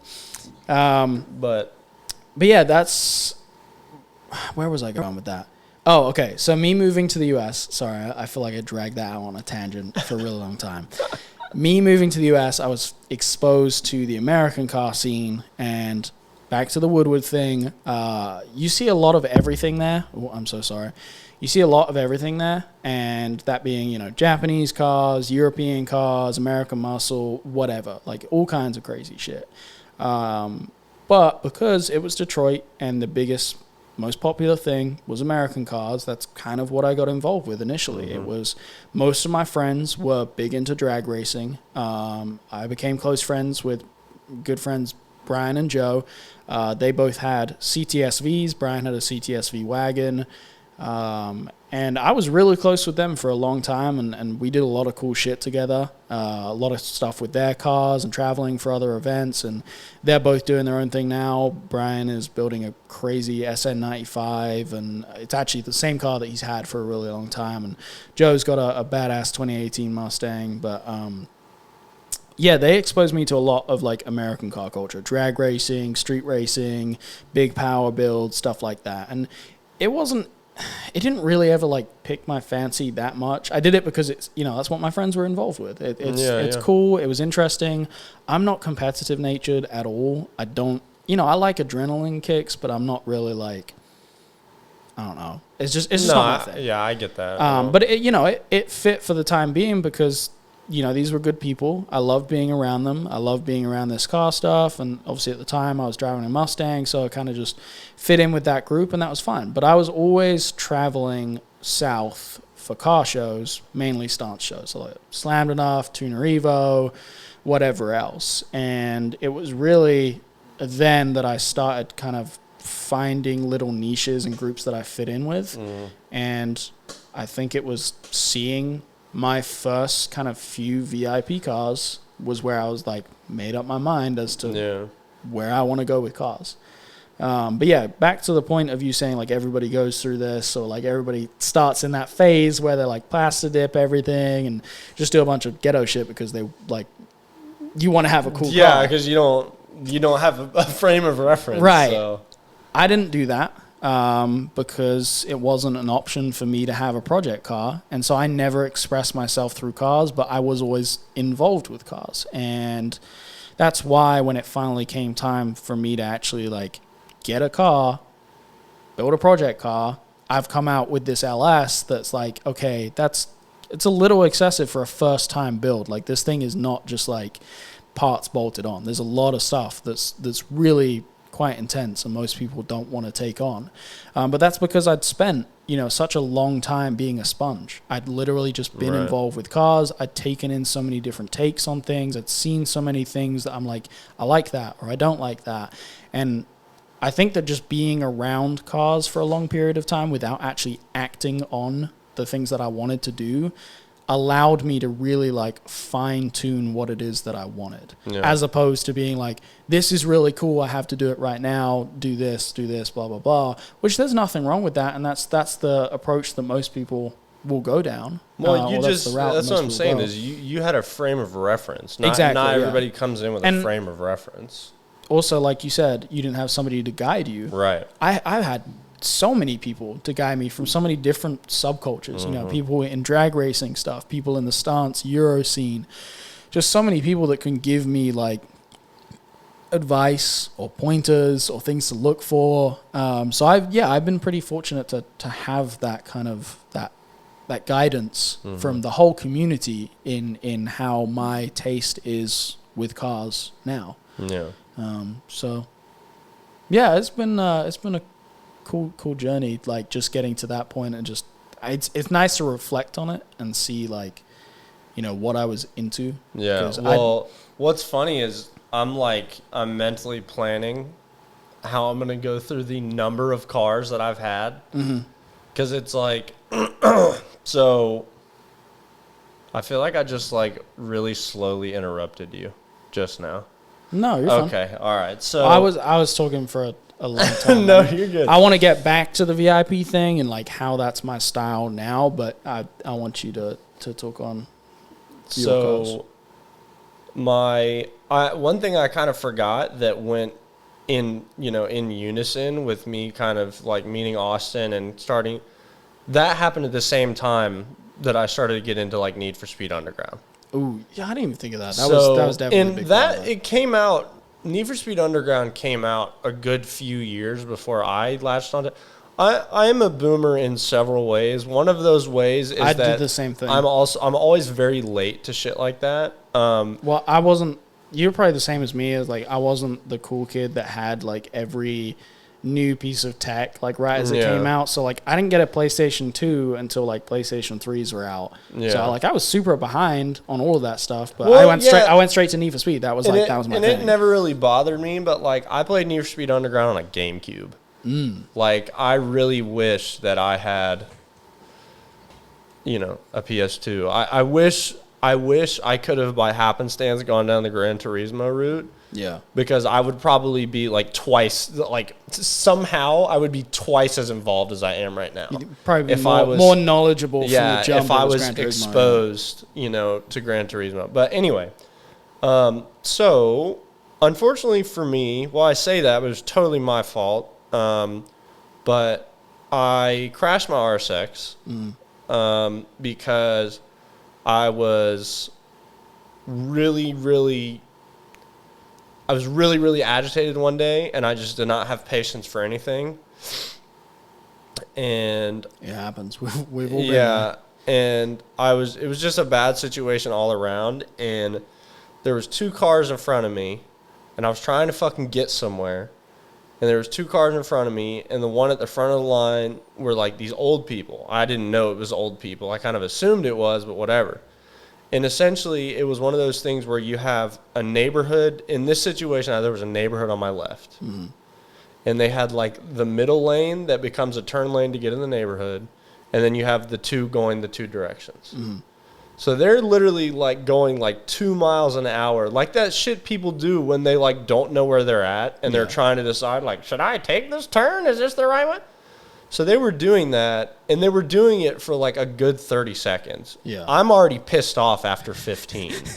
So I'm like, I'm fucking done with this. So my dumbass is like, well, I can just pass them using the middle lane, and I won't like go into the lane where people are driving towards me. Yeah. Well, sure enough, I fucking downshift and I floor it, and they turn. They turn to go into the neighborhood. So you just floored it right into them. Exactly. And so it knocks them. I don't even fully understand the physics of how this happened, but I remember this is how it happened because I ended up like the back half of my car was in like a ditch because there was like that detail doesn't matter. But the point is somehow my car like spun around them after I hit them. Mm-hmm. The fender and the door, it looked like Godzilla took his fingernail and just like went through it. It was very strange, but it was fucked. It was absolutely totaled. And it was, my fault. And there's a whole bunch of like bullshit that I can go into about that accident, but it doesn't really matter. The point is I wrecked it. I was fucking gutted about that, as you can imagine, because it was not only was it like my first cool car, it was the first car that I had like built, and I had finally got it to where you to phase 1. You know what I mean? Yeah. Like I had so many plans for it and all this shit. Well, anyway, so I totaled it, and I worked. That's been the theme with me that led to a lot of this like car shuffling, because I only ever have had one car. Yeah. I've never been one of those people that has like their project car and then their daily. So if something happens to their project car, it's like, whatever, at least I can still get to work. Yeah. For me, it was like, no, like if I don't have my car, I have to like depend on somebody else and fuck up their schedule to get me to work. So every time something would happen to one of my cars, I would be in like this big rush where I had to get something, but I was so like intent on getting something. Because at that point in my life, I mean, it is still that same way, but like cars were everything. Like cars, right? My car was my release, and it's like exactly. You don't just want to go and buy whatever fucking just minivan whatever fucking just so you drives. Yeah. So anyway, my parents helped me again. Mm-hmm. My parents have helped me with so many things, and like they're just so supportive, and I'm so lucky for that. I can say the exact same for mine. I've found myself in plenty of situations that have really fucking sucked, and I've been lucky enough that my parents have helped me out with that. We're both so privileged for that. And anyway, so that was so I'm looking for a car, and I stumbled on that Impreza wagon, the blue Impreza wagon. It was in Athens, Georgia, and that was like an hour and a half away from me at the time. Yeah. And so me and the guy spoke. It was on Craigslist. And me and the guy spoke, and you know how when you're on Craigslist or Marketplace or something and you text somebody or you message somebody, you can get a feel for like how weird or like normal they are pretty quickly. You know what I'm talking about? Yeah. He was very clearly like a normal dude. Mm-hmm. And so me and him were like talking, and he was kind of like, yeah, we can meet like halfway. I was like, all right, cool. Yeah. To drive it. And we met up halfway. What? Before you continue with that, I want to make a suggestion that can help anybody else, not with cars, but with wheels, as a way to avoid any of those like awkward and super annoying things with Marketplace or like Craigslist or whatever. This show's sponsor, Wheel Price, is like the perfect answer for that. I'm going to get Liam like one of those little like dollar store trophies. Why? And just put it right. Because some of your transitions are like as smooth as I wish I was with women. Like Hey, so Powell. Like, so the fuck do I, dude? What do you mean? bro, just pretend they're a Wheel Price ad. You got it, dude. Anyways, Wheel Price is a great place for you guys to buy and sell wheels. You can, if you're looking for your next set of wheels, it's like hop on there right now and find some stuff. I know that John Ludwig, if any of you guys listen to his podcast, is actually looking for a set of wheels for his new Mercedes. So if any of you guys have anything that would fit what he could be looking for, list them on there so that he can grab them. But yeah, it's a really cool app, and it's run by a group of guys that are super down to earth, and they are just like us, you know, bunch of guys that love cars, that probably sit around in their garage and talk about cars. They created this app and this platform for buying and selling wheels, and I think it's really, really cool, and that's why we wanted to have them as a part of this show. And yeah, like I said, it kind of avoids some of the weird things that you deal with Marketplace and Craigslist, where you have to kind of feel out how weird a person is. You know, Wheel Price makes it easy. The wheels are on there. You can buy them. You can enter your card information like you would on a website, and then you can pay, you know, to ship the wheels too. And the person on the other end, you don't have to have like a weird back and forth, which, of course, it's important to, you know, go over things and make sure there's no damage on wheels and get pictures before they're shipped, all of that stuff. But it doesn't have to be sketchy. yes, it doesn't have to be sketchy. It doesn't have to be weird randoms. You know, the Wheel Price app it's for enthusiasts. So if you're an enthusiast and you're buying wheels or you're selling wheels, it's the place for you to be to go do that. So yeah, Wheel Price is a great app, and go check them out. All of the links are in the description, and we'd really appreciate it. Support those who support us, and it goes towards making this show even better. So yeah, go check out Wheel Price. And anyways, back to what you were saying. So yeah, so me and him were chatting. We met halfway. It was awesome. I had never driven a Subaru before, and it was a 5-speed, so it was just great. It was great. And it was basically like, it was me spec already. Like, the guy, it was already. Like, and it was the guy before him that did most of that stuff. I could go down the mod list, but for this and for the sake of time, that doesn't really matter. But it was me spec. And it had some of my favorite wheels that I've ever had on any of my cars. It was the Enkei RCG4s, the Enkei gravel wheels. And, you know, I keep calling it Enkei, and it's NK. It's NK. Anyway, sorry, that bothered me last time I said it. And they're like, no, it's NK. I used to say NK to be snobby, but then I heard I heard people say Enkei. Someone was like, that is easier. No, it's NK. It's kind of like when people say Toyota. You ever heard somebody say Toyota? Toyota. No. It's like they say it is that like a southern thing? Yeah, they say it like TUH. That there Toyota. Toyota. Nice. Anyway, sorry. That was ridiculous.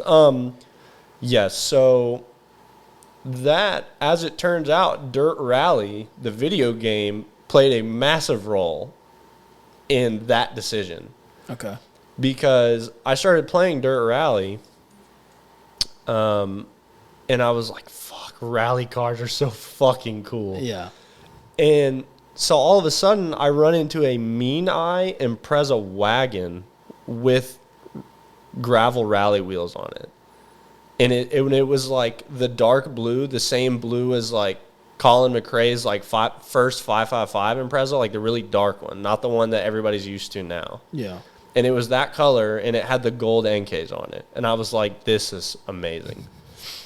And so I was able to get it, and God, I love that car. God, I hated that car. Okay. I had that car for a grand total of, I think, like 8 months. The motor was out of it 3 different times trying to figure out a transmission issue. Jesus. And we replaced like every part of, I don't even remember all the parts, but we replaced like flywheel, clutch, fucking whole, the throttle, everything, cable, fucking whatever. We replaced so much shit, and it still never fixed the crunchy third gear. And the thing about my story with cars is, before like recently, I have always had really bad luck with cars. Always. Yeah. For that reason, I very rarely ever like push my cars regularly because at this point I know better because I just don't have good luck. So I think you're buying the wrong cars, to be honest. well, there's that, but I was like going to say Subarus would not be my well, top no, choice. that's not even the point. As I spent so long giving Subaru shit. But anyway, that car was fucking amazing. When it drove, it was so much fun. Mm-hmm. Even when it didn't drive, I loved looking at that fucking thing.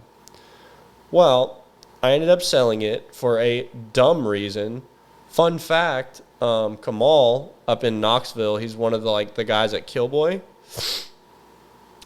He did a big turbo full WRX swap on that car, and he did like interior and everything. And I'll show you a video after we get off, but he turned that thing into a fucking monster of a car. Damn. It was so cool, and he offered it for sale for me before he even put it on like anywhere, because he's like, hey man, like I know how much you loved this car, I know how much it hurt you, so when you had to like let it go, Yeah. I'm gonna need to move on from it, but like I did this and this, and I like fucking came when he was like telling me all the shit that he did to it. Like it was so cool, but I didn't have the money at the time, and so I couldn't do it. But anyway, from my Impreza, I went to my car I loved it, but like 90% of people just hate the chassis, so they just didn't even pay attention to my car, was a Mazda Speed 3. It was a 2006 Mazda Speed 3.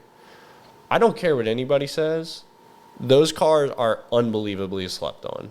Unbelievably slept on. I think they're cool cars. I've driven one. They are so cool. And the coolest part to me was, I actually owned another Subaru Impreza for like 2 days. And then 2 days. And then it started knocking, and I took it back to the dealer, and he fucking gave me my money back. But That that's works out. once again a whole other story. But there was 2 days where I had 2 Subarus in my driveway, and that was simultaneously the coolest and the dumbest I've ever felt. But anyway, so yes, so I ended up with a Speed 3. Again, it was completely stock. And I had tax return money at the time, and the tires and I feel like the guy probably had like aftermarket suspension and put it back to stock before I got it, because that suspension was fucking toast. It was absolutely like you get up to speed and it's like whoa, whoa, whoa, whoa, whoa, whoa, because the tires were just so fucked, and like it was so bad. So me and my dumbass with all my tax return money, I was like, ooh, looks like I need to get wheels and tires. Well, the suspension's bad, so I might as well get coilovers. So I did all that shit at once. Yeah, it kind of goes like that sometimes. It's like, oh, well, it's always Well, like it's that. like, and it's so easy. If you have the money to do it, it's like, Yeah. why the fuck would you not? Yeah, Which is exactly if you got stock wheels and your tires are about to be bald, you're like, well, it doesn't make any sense for me to buy Right. stock If fucking you're gonna, like, tires. Let's just get some wheels and some tires, and it's like, well, it's not gonna look right, so got to put some coilovers on it. Exactly. You do the coilovers, and you're like, well, it doesn't fit right, so I got to get some control arms to make sure it So escalates. It was a black car. I put white Sparco Terras, and I got Advan tires for the sole purpose of doing the triangle Advan fender stickers. Oh my god, Dude, I loved that car. And Yeah. I don't give a fuck what anybody says. It looked so good. It was simple, it was clean, but it was still like really aggressive, and it was just like all of my cars, or the majority of my cars, are like this. yeah, They're just like, it's for me. Like they're really low key, yeah, but they check all of my boxes. right. Well, especially for someone who that's your only car too. Like I Right. imagine if you'd ever gotten a daily, you probably would have like, if you Oh, had the yeah. opportunity, done a bunch of more Absolutely, crazy yes. shit, But yeah. then at that time, as per usual, up until there was a money thing. But anyway, yes. So that was cool. Blew the turbo seals. Love that. Found more problems.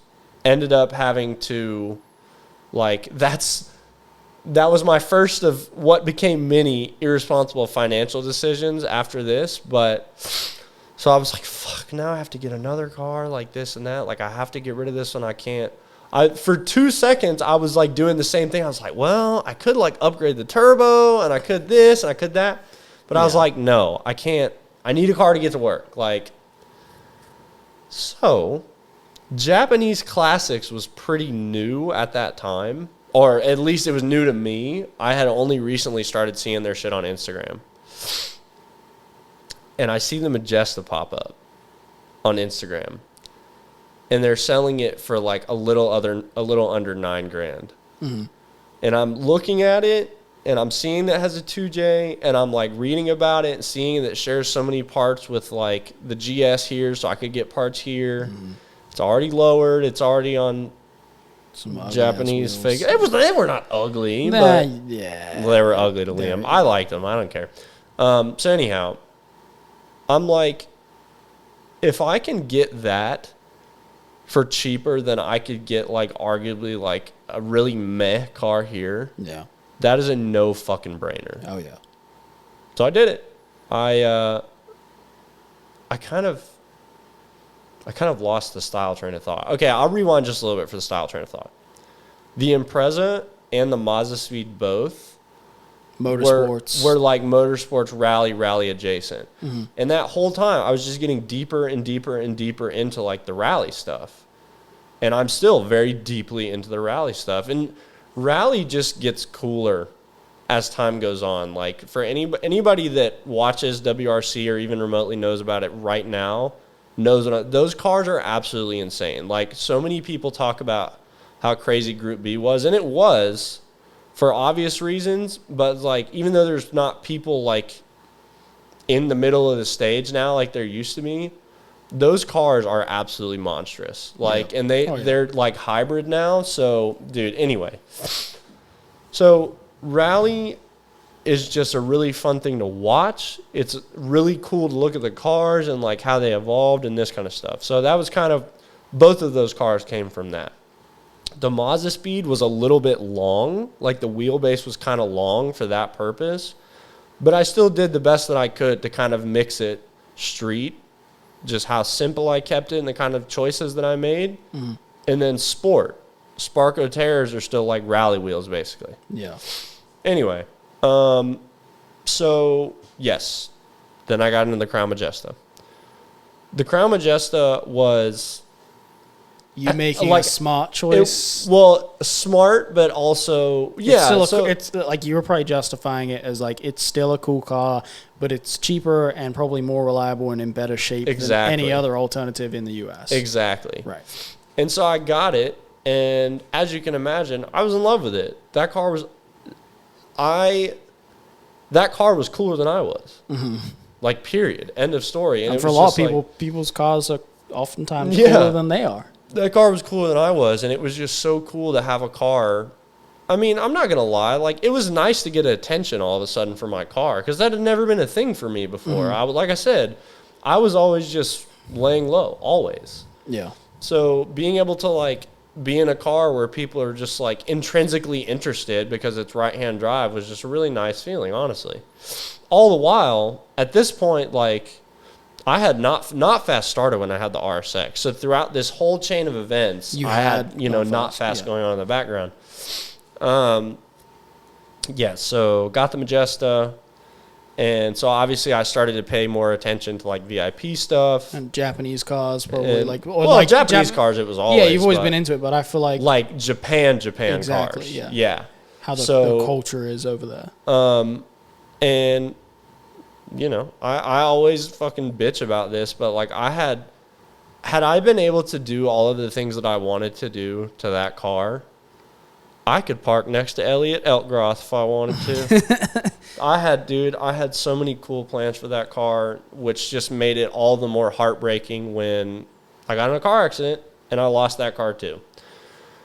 So that happened at just the worst fucking time. I think we've definitely talked about that on an episode before, where that happened in the scheme of my life. So after that, I just kind of gave up on it for a little while. I got a red Toyota Tacoma 2-wheel drive, and it was a 5-speed. Honestly, that thing was pretty neat, but it was like I wasn't going to do anything. It was just a car. It was just a car. I wasn't going to do anything to it. So from there, I made yet another, well, it was an okay fun. It wasn't super smart at the time, but it ended up playing out. Mm-hmm. But I traded in that car for the Forester. So my Forester was set up and used for, like, I'll give it more credit than saying it was a soft roader. Like, I did off-roading in it. Yeah. But it was nothing insane because it was a Subaru, so I didn't have 4 high or 4 low, and I only had so much ground clearance. But that was honestly a car where I did like 90% of what I wanted to do with it. Yeah. You know, within the foreseeable future. And that was obviously a pretty, I mean, not super far away from, rally styling, but right. It was obviously a different thing. Well, from that what was you were the thing, doing. is it was kind of a cool mix because obviously, and it was a 5-speed also. So obviously, like when I got back into a 5-speed Subaru from the same general time period and the design language was still there, I was like, fuck yeah, that's so cool. Mm-hmm. And I did. I kind of said it certainly leaned more towards like off-road, but like I just took all of these cues from these off-road rigs that I would like see, shout out Mason Gavin for the 1 millionth time, cars that he had, cars, off-road rigs that I would just see on the road, like, to kind of just shit with like little red U-hooks just out there. When I started to notice the red U-hooks that they had on like fucking the newer 4Runners, and like people would have the TRD 4Runners with the TRD rock plate on the bottom, it said TRD, and they'd have the hooks. I'm like, that's so fucking cool. Yeah. And so I just started little shit like that. It was just, I would be sucking up these things from like by osmosis. Then I would be like, would that work on the Forester? Yeah, I'm going to try it. Yeah. And it did. Yeah. Like, honestly, I was really proud of that car. I was also really proud of that car. The longest I have ever owned a car was a Subaru. Yeah. I owned that car for 3 years. And it was a great car. It was a great car, and I had so much fucking fun with it. And every fucking time I came out the other end of the trail, I would pat that thing on the dash and be like, thank you for that. Thank you for making it. Because, like, it was anyway, so, yeah, so I had the Forester for 3 years. And so in doing that, I got to dip into, like, the off-road stuff. So now, if you think about it, I started out, like, being attracted to, like, the camber stuff. So I brought the being, like, lower than I need to be to the RSX. But other than that, I was building, like, with that street sport style. Anybody that knows what the movie Akira is, Liam does not, because he doesn't watch any anime or anything uncultured. anime adjacent. But anybody that knows what Akira is, I want to build cars that could live in that universe, basically. And that was the approach that I took to my RSX.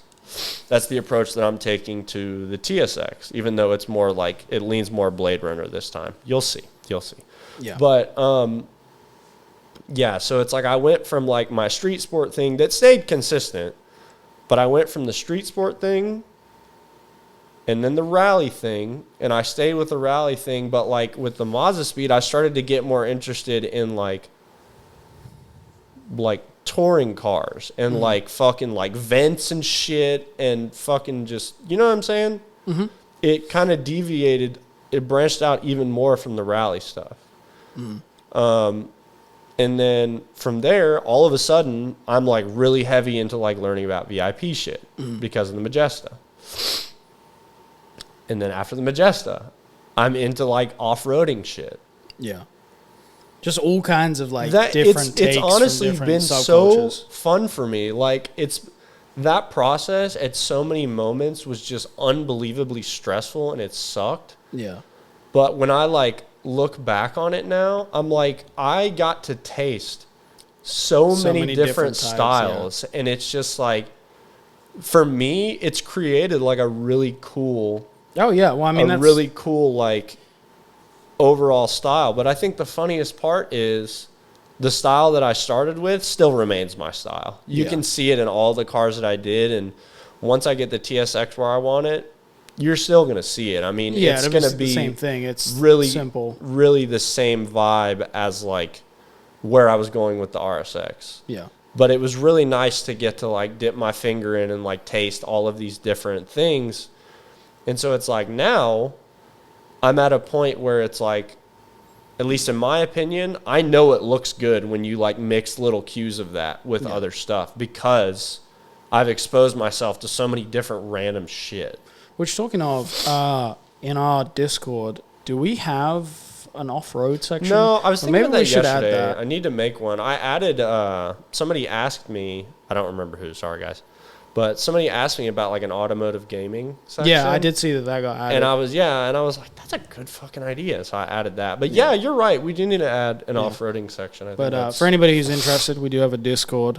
We try to keep it pretty low-key just for people that are, really about the shit that we're talking about. Yeah. All these different subcultures and styles and stuff. Quick shout out to you guys, by the way. We yeah, really all appreciate of you guys you in the if you're on Discord the are Discord. awesome. And it's a cool place to kind of just like share different ideas and things that you've come across over the years or like whatever.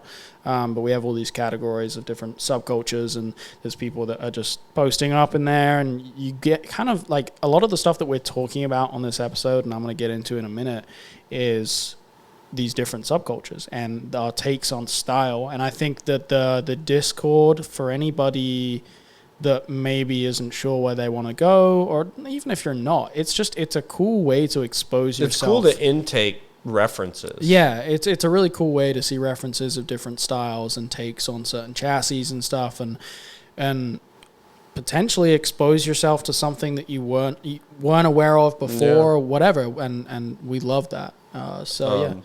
Pause. Yes. I'm going to piss my pants. Let's go pish. Anyways, yeah. the Discord's sick, so if any of you guys want to join it, the link is in the description. And if for some reason, I say this every week, if the link is expired or whatever, even though I always change the settings, just send me or Matt a message and we can send you the actual link. Hopefully we can get that figured out, because it is really know what there annoying is to for figure out. everyone. Because, well, no, I'm like, I don't know if we need to like email support or if I'm missing Maybe, I something, don't but know, it literally on my settings the same thing. Yeah, like it does the I same have it thing. on the never option, Right. and it still happens. So I'm not really sure what the deal with that is.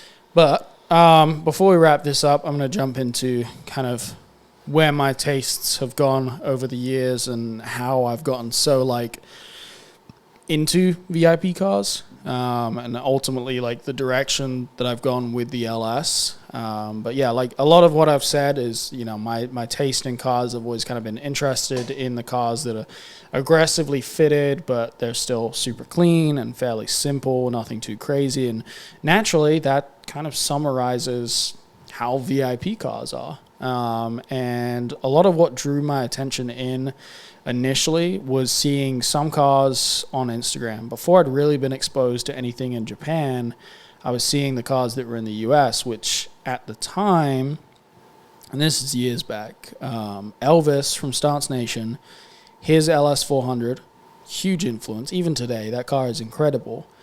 But when he was building that, I was paying close attention to it. And then it was when I went to Import Alliance for the first time and I saw Larry's Y33. That was another car where I was like, damn, like we kind of said in the episode where we had Lucas on here and we talked about VIP cars, it's a presence thing. And once you're in the presence of one of these, big body cars that's like on the ground, real aggressively fitted, these massive body kits, all this stuff, you really can't describe it other than that it's just the presence of the car. Well, it's funny that you said that because I kind of thought about that. It's really interesting because I hadn't really thought of this until right this minute about the presence thing.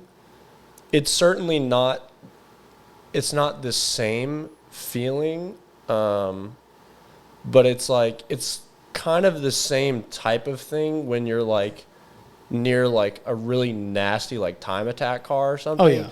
It's a presence where it's like you're looking at it and you're like, That's holy crazy. fuck. But it's just like you have, where you're looking at a VIP car, you have that feeling, and then when you're looking at some other kind of like crazy car. Yeah.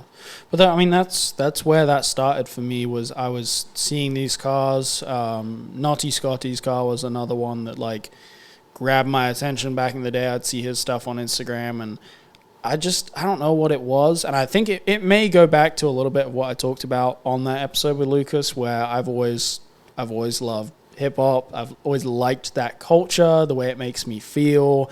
And I think the cars kind of like they tick the right boxes for me there, where it's like, okay, this feels gangster as fuck. Like all the music that I'd listen to kind of just aligned with my taste in That's cars. always been my thing. Yeah. Is if the music that I regularly listen to goes with my car. Amazing. Yeah. It's funny. Amazing. It's funny how that works out. Like everything about my car is 100% a representation of the type of music that I listen to. Because that was like with the Majesta, that was arguably my favorite part of it. That's why I cry a little bit inside whenever you talk about how, like, when you're driving at night and you have, like, the dash in front of you. Yeah. I cannot tell you how many times I would be out driving around Atlanta, like downtown, the perimeter, fucking everywhere. I would just be driving and, like, listening to, like, retrowave. Yeah. And it would just be me in my 90s ass fucking car, right-hand drive no less. Digital dash. And it's like, what's funny is even with the Forester, Joey Hoke said this one time, and it just like made the car for me for the rest of the time. It's so funny. It was like his Riverside before the pandemic. I don't remember which one. But I had him, I think it was Charlie. I believe it was Charlie. It might have been somebody else, to be honest. No, it was Charlie. I just yelled the mic, sorry. It was Charlie. But anyway, Joey was like, this feels like we're in an anime right now, because I just had like lo-fi on and it was raining. Yeah. And we were just in the Forester, and I was like, oh, fuck. All of a sudden, I'm like astral projecting outside the car and just like seeing my...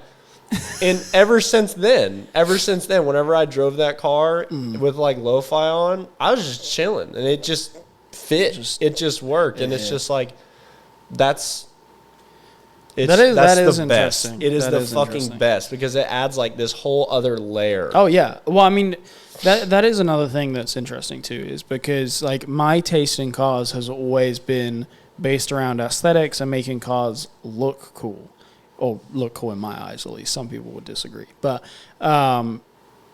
it always begs the question, you know, for people that don't understand it, they're like, well, how is that fun? Like, if you build a car that is then, like, not that easy to drive or whatever, and it's just a hassle to drive, what's fun about that? It's that moment where you can see the car that you're driving outside of it in your mind's eye, and you're like, fuck, this is cool. Mm-hmm. That's exactly what it is. Like, building a car that looks cool and ultimately ends up being a fucking hassle to drive. It's not about the driving experience like it is with other subcultures of car stuff. Like people who are enthusiasts that build like cars that are built for performance, they're supposed to go rip it up and down, you know, tail of the dragon, they're track cars, drag cars, whatever it is, drift cars even. You know, that is primarily based around being useful. I will say, toge cars for like mountain runs and shit. Mm-hmm.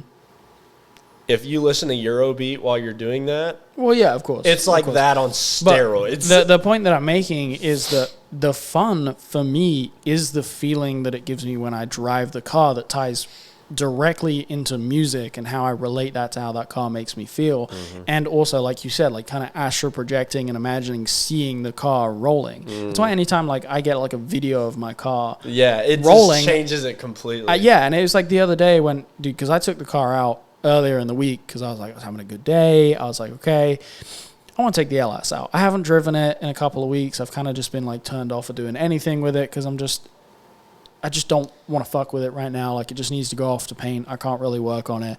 Anyway, I took it out, and just to be safe, I was like, yeah, I'm going to put some air in the tires. And so I drive to the gas station that's close to us that has like a nice entrance, and it's a nice newer gas station. I pull in there, go to put air in the tires, and for some reason, it's just not airing up the tire. I'm like, that's fucking weird. So I go and like do something else, mess with something, and I'm like, all right, let's try this again. Let's air it up. So I put more money in the machine, go to air it up. and I'm like holding it on there, and it feels like it's going up, and I'm at an angle where I can't quite see the gauge that's on like the machine, and so I'm just holding it there like in the right position where I know it's not leaking out air. I'm like, okay, we're good. Well, I hold it there for the whole 5 minutes, and then it gets to the end, and like the machine is done, and I like pull my gauge out that I have in the car and put it on there. 0 psi. It let all of the air out of the tire. And I was like, you fucking joking? I was like, whatever. I'll just put, another $2 in the thing and we'll air it back up. So I did the same thing and held it there for 5 minutes. And if you guys have ever like held the tire thing inflation in like a certain angle and just putting pressure on it for 5 minutes straight, it fucking sucks. Yeah, it's very uncomfortable. And of course, it did absolutely nothing. So I did the same thing again. It did absolutely nothing. And I finally like walk over to the gas station because I'm like, shit, I wonder if they like sell air compressors or whatever. And as I'm walking up, there's a lady that's like picking up trash, and she's like, "Are you getting air?" I was like, "Well, I was, but it let all of the air out of my tire." And she's like, "Yeah, it's broken." I was like, "Oh, okay. Well, thanks for telling me after I wasted all that time." Did you guys want to put a sign on it?" And she was like, "No, we don't run the machine. It's just on our property." I was like, "But you didn't want to put a sign just to maybe let people know?" Because I was like, I can't drive anywhere now. Like my car is stuck there. I can't do anything. And she's like, damn, that sucks. I was like, do y'all sell air compressors? She's like, no. I was like, okay. So I had to get Matt to come pick me up, and then we drove however fucking far away for me to buy that a ended up shitty turning into an adventure, actually. It did. We fucking stopped and ate. Yeah. And then but anyway, I don't know where I was going with that. But no, I remember where you're going with it. What? When we got home, I was like driving behind him the whole time. And I was like, that when you see those, I'm talking to listeners when I say, when you see those videos of VIP cars in Japan and they're just like so stiff, like when they're like on the highway and they're like go over a bump or something and the whole fucking car just goes, bup, bup, bup, bup. Yeah. I'm like driving behind Liam and his car's, and just like looking at the back of that car, because on the LS, it's like, the back of the car looks like if somebody took a cone and then cut it off in the middle. It's just like it all kind of, I can't fucking describe this, and whatever. If you're on YouTube, it goes like this. Like it kind of comes to a point, so to speak. So anyway, it's small enough that like the camber that he's running is even more apparent. And just sitting behind it, I was like, holy fuck, I feel like I'm watching a video on YouTube right now. Yeah. Like it just felt like, for lack of a better way of describing this, it felt Japan as fuck. Like it was unbelievable to just like watch it like skating around like that. Yeah, and then as soon as we got home, like you were telling me that, and you were like, you need to see this like with your eyes, not just with a camera. So at some point I need to have someone else drive it so I can see that, because that will be, all and any of the motivation that I need to like get shit done with it. But my taste in VIP cars has really just come from stuff that I have seen and absorbed on the internet for a really long time. And then like when I moved to the US and start going out to events, I would see some cars in person. And granted, I didn't ever really get exposed to like really crazy VIP cars. Because it just isn't that big of a thing. Like there are cars here in the U.S., but they're in California, they're in New York, they're in South Florida. They're like specific to those areas where like the groups and the clubs are for these things. And everywhere else, it's not really that big of a thing. So like seeing, Larry's car and Scotty's car were really like the closest thing I had to like seeing a crazy VIP car in person. But that was enough for me. And then coming to Riverside, I'd see like a couple big body cars. I'm like, man, these things are so fucking sick. And yeah, that's just, it's been easily probably 10 or 12 years that I've been like paying attention to VIP cars and just like, that's really cool. That's really crazy. Don't like that so much. I like that a lot. To where, when I finally got around to this thing, 4 years ago, that's why it looks the way it does now. Is just because everything that I've taken over the years and paid attention to is just like, all right, it's time. This is the car. Yeah. This is where I finally like, I have the canvas and I can paint the painting that I want to do. So yeah, I didn't go through the same kind of phases that some people did, and I'm thankful for that. But at the same time, I always felt like an outcast. Like I've always lived vicariously through my camera with any kind of car stuff, and I've always just wanted to be like everybody else. I just wanted to have like a cheap, shitty car and like express myself. I wanted to fucking plastic dip the wheels and do all that technically stupid you shit. can still do it. It just wouldn't make any fucking sense. Yeah, people would be like, "Yo, why are you doing that?" But anyway, I kind of skipped that. One mention that I want to just poke in there for my style. I've never had one of these cars because my cars are always my daily, and I've never even really looked, but I could never rationalize it being my only car. But like Shakatan cars and like Kaido cars are like my other thing that I really, really love just by proxy through like photos and like seeing them at shows and stuff. And Kaido cars, like especially, shout out to Dante Winters at Funky Cats and Chance. I'm so sorry I don't remember your last name at this moment, but he's another good friend of mine. He's up in Detroit. It's at street_bangers with a Z. I guess I only found out about Moonlight Runners later. They're a group in California that are like my favorite group that's doing Kaido racers in the U.S. There are other groups that I'm just won't get into that. But, my two friends, Dante and Chance, were the first exposure of like really serious effort, well-executed Kaido cars in the U.S. Yeah. And they don't have the same presence as like big body or like motorsports cars. No, it's not the same, but they definitely have a presence. Yeah, they have their own brand, and it's just like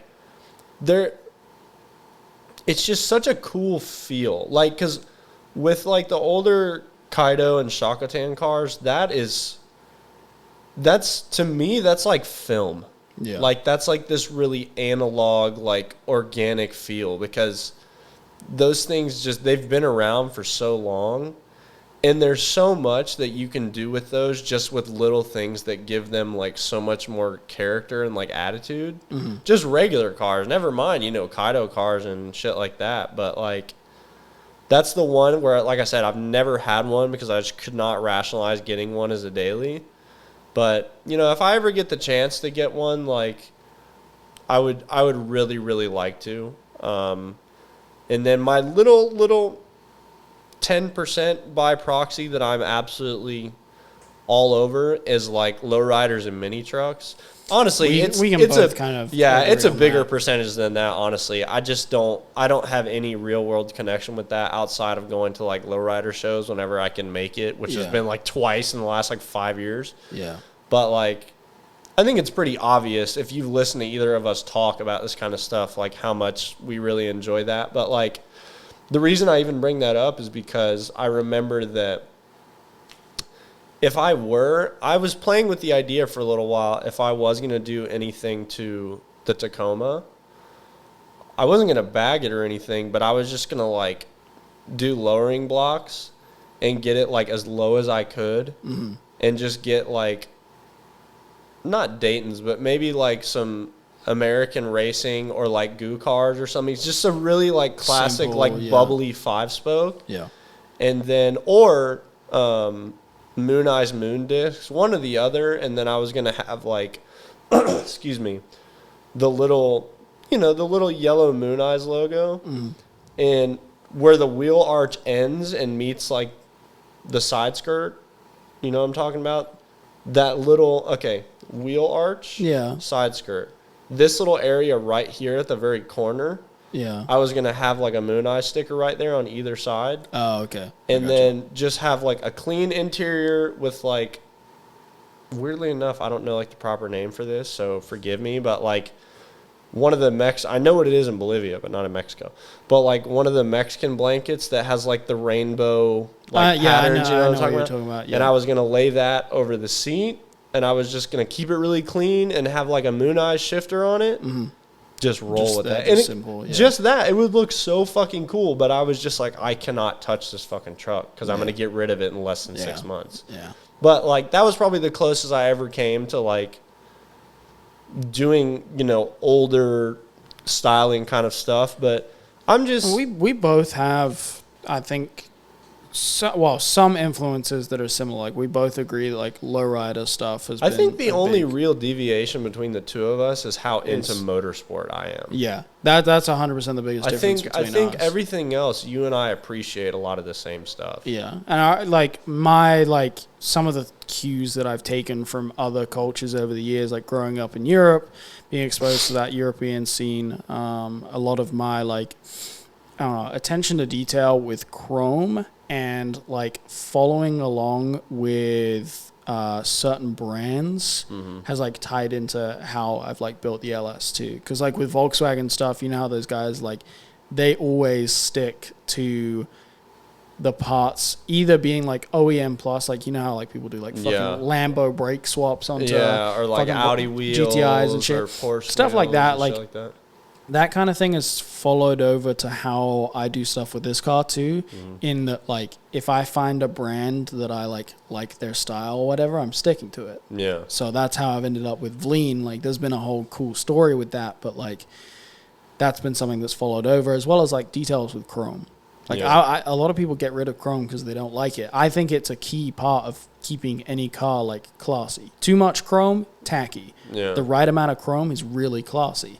And so that's why I've been adamant about keeping chrome on the LS. Yeah. Is because I think that there's a balance, and like finding the right amount of chrome really ties it together as being a classy looking car, which I'm not going to say my car is classy because it's not. It's kind of a little bit crazy, but I was like gonna say it's a little, I feel that- it's a little that's too low to yeah. be classy. and then that ties back into lowriders too. Lowriders is Yeah. the same thing. Chrome is a big thing in lowriders, and I've always been obsessed. Well, I mean, when I was real young, like lowriders for me was the shit that like I was looking at magazines or videos on the internet because it encompassed the shit I liked, the music I liked. It's the for cars were me, bright and cool. It's the mixing of styles that I personally think that I have a pretty good conceptual. But that's a weird way of saying that. I think that if I had the resources on hand at any given time, I would be pretty good at being able to like mix cues in a non-tacky way because I have like whether it's been around or just by osmosis by looking at so much shit about them. Yeah. Like mixing styles, like really quick. I had a 1986 Honda Accord hatchback. It was a project car, and that was the first time that I didn't even really do it. I did like 50% of it, but my shop foreman at Honda helped me to like rebuild and reseal the motor. Yeah. But anyway, that thing was cool. You guys should look it up. It was a 1987 Honda Accord LXI hatchback. They're literally like Honda AE86s.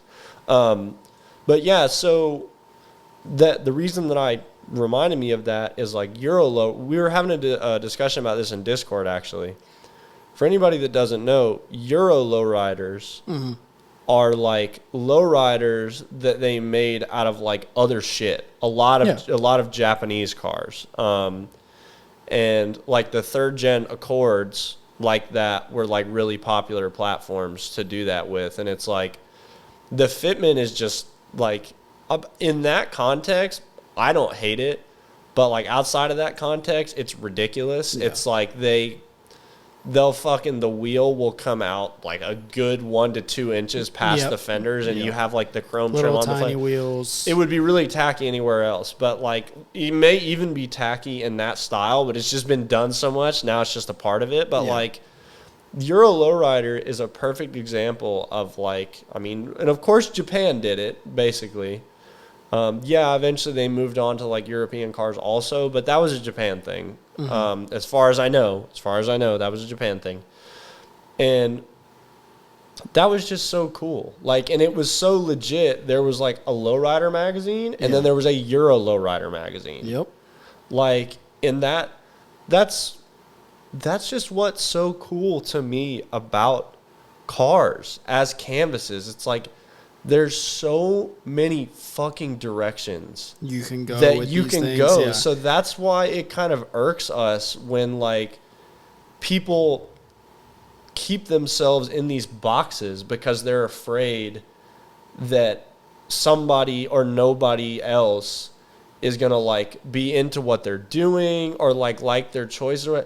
There are so many fucking things that you can do. And it's like, as long as you're not half-assing it, Right. it's going to be cool as fuck. Even if it's not cool as fuck to me, if it's cool as fuck to you who built it, Yeah. who fucking cares what I think? Right. It will always be the same with me as an individual, Matt Clavijo. If I can see and or know The that vision. you didn't half-ass it and you had a vision that you were going for, you have my respect, period. I don't care if I like the car or not. I respect having vision and I don't want to use the word courage because that's a little bit weighty for this context, but like if you had the balls to do exactly what you wanted to do with your car, regardless of however you felt like anybody else was going to react or not react or like it or not like it, you're doing it right. Yeah. And what's hilarious is like, that was my whole thing with Not Fast. For anybody that didn't know about Not Fast, it was our like tagline was build for you. Yeah. It was very simple. It's a very simple concept. And just like we've said a million times, if you do that, if you follow a vision and you don't half-ass your car, dude, you're going to have so much more fun doing this shit. Yeah, yeah. But yeah, that's pretty much it on us and our styles. I'm sure there's many other tangents that we could have jumped into and gone off on with that. That's kind of how that goes. But yeah, I feel like that should be interesting for some of you guys. And honestly, if you guys are watching on YouTube and you're able to post in the comments, I want to hear your take. I want to hear where you guys came from and how your style has developed over your years in the car scene. Discord. Yeah, you can absolutely do it in the Discord, but just for ease of use, if you guys are on YouTube and you want to post in the comment section and let us know your background with cars and how your style has developed, please do. We want to hear about it. It's really interesting, and I think that exposing yourself to more cultures within the community and different styles and takes on stuff and just being open to everything will allow you to build better cars and express 100%. yourself better. It's like when you have more, it's like this with any kind of like artwork, creative endeavor. When you have more tools to use, yeah. When you have an idea that you want to execute, I have a tool for that. Right. But yeah, I mean, if we were to change it around a little bit and be like, okay, I bought this LS400 as soon as I got my driver's license and just decided to start building it. Number one, I probably wouldn't have the car still. I probably would have done something fucking stupid and wrecked it or who knows, any kind of shit. I could have gone some really dumb directions with it because I was young and didn't have guidance. But because I'd taken the time to like really figure out what it is that I wanted and like how I wanted it to look, and I've really stuck to that. There's been times throughout the process of building the LS that I've kind of veered off a little bit. At least in the start, I was just like, fuck, I really want to do stuff with the car. I don't have the money. It was like whatever would pop up, I'd be like, fuck yeah, I'm just going to get that, put it together, figure it out.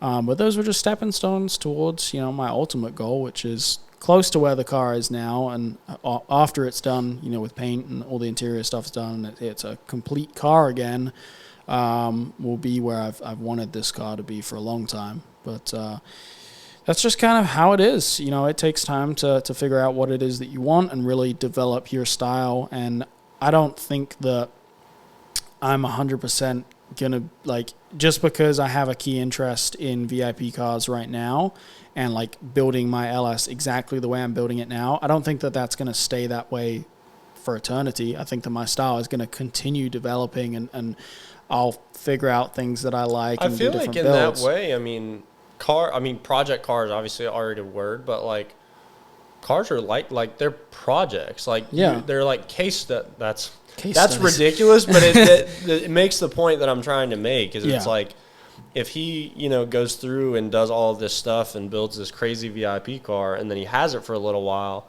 and then all of a sudden your focus gets shifted to whatever else. And I don't think I'll ever like. You could turn around and be like, all right, now I want to do a case study on this style, and I'm going to put the same amount of effort into this style as I did the LS. I think like during my process of building the LS and just basing it off of like certain influences that I've taken from stuff over the years, I've started like I've been educating myself and learning more and more about VIP culture and its roots, and I'm starting to lean more towards like building something that is period correct to how VIP culture was back in the late 90s and early 2000s.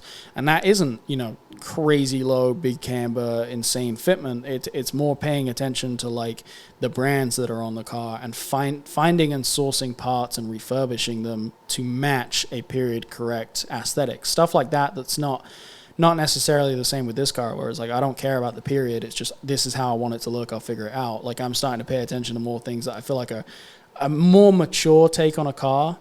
Well, it's funny that you talk about the more mature thing. We're going to wrap this up, I know, but like, it just reminded me of a conversation that was happening on the Discord about like, as happens with so many things and so many like car subcultures from Japan due to lack of knowledge for whatever reason, it's like, obviously, most people, consider a VIP like your car is like the classically known like VIP setup. Well, and then you have LS400. But just the way you have it set up, where it's like super clean and simple. Well, yeah, what I'm talking about. most people nowadays are like, that's a VIP car. Right. So, but what I'm getting at is there was a conversation happening on Discord talking about how there's VIP GT, but there's like even more than that. And it's like one thing I would really like to see at some point was like a VIP GT like 90s approach in the US, because those cars are absolutely insane. Some of them were ugly as sin, but like still. Like those cars were just so fucking rambunctious. It would be so cool to see one of those in person. Oh yeah, for sure. And yeah, like I said, I think style is something that is ever changing and ever developing. I don't think that anybody ever needs to be like tied to a box. Just because something you like now doesn't mean that you can't improve on that or change over time. And I'm always gonna like VIP cars, but I kind of like I tickle the itch that I have with each thing. Like the LS was something that was in my head and like, I have to do this. This is what I want. And now that I'm like getting to the point where I've done that, it's like, okay, here's another like take on a different style or whatever that I want to do because it's really interesting to me. Yeah. And I think I'll do that more and more. Maybe I'll, do other chassis in the same way that I've done the LS or whatever, or try and do a VIP style with something that's not VIP, whatever it is. There's so many routes that you can go. And ultimately, I think I owe everything with my taste in cars to this time I spent with... I want to see somebody do a VIP car with a full lowrider paint job. That would be fire. That shit would be crazy, right? Yeah.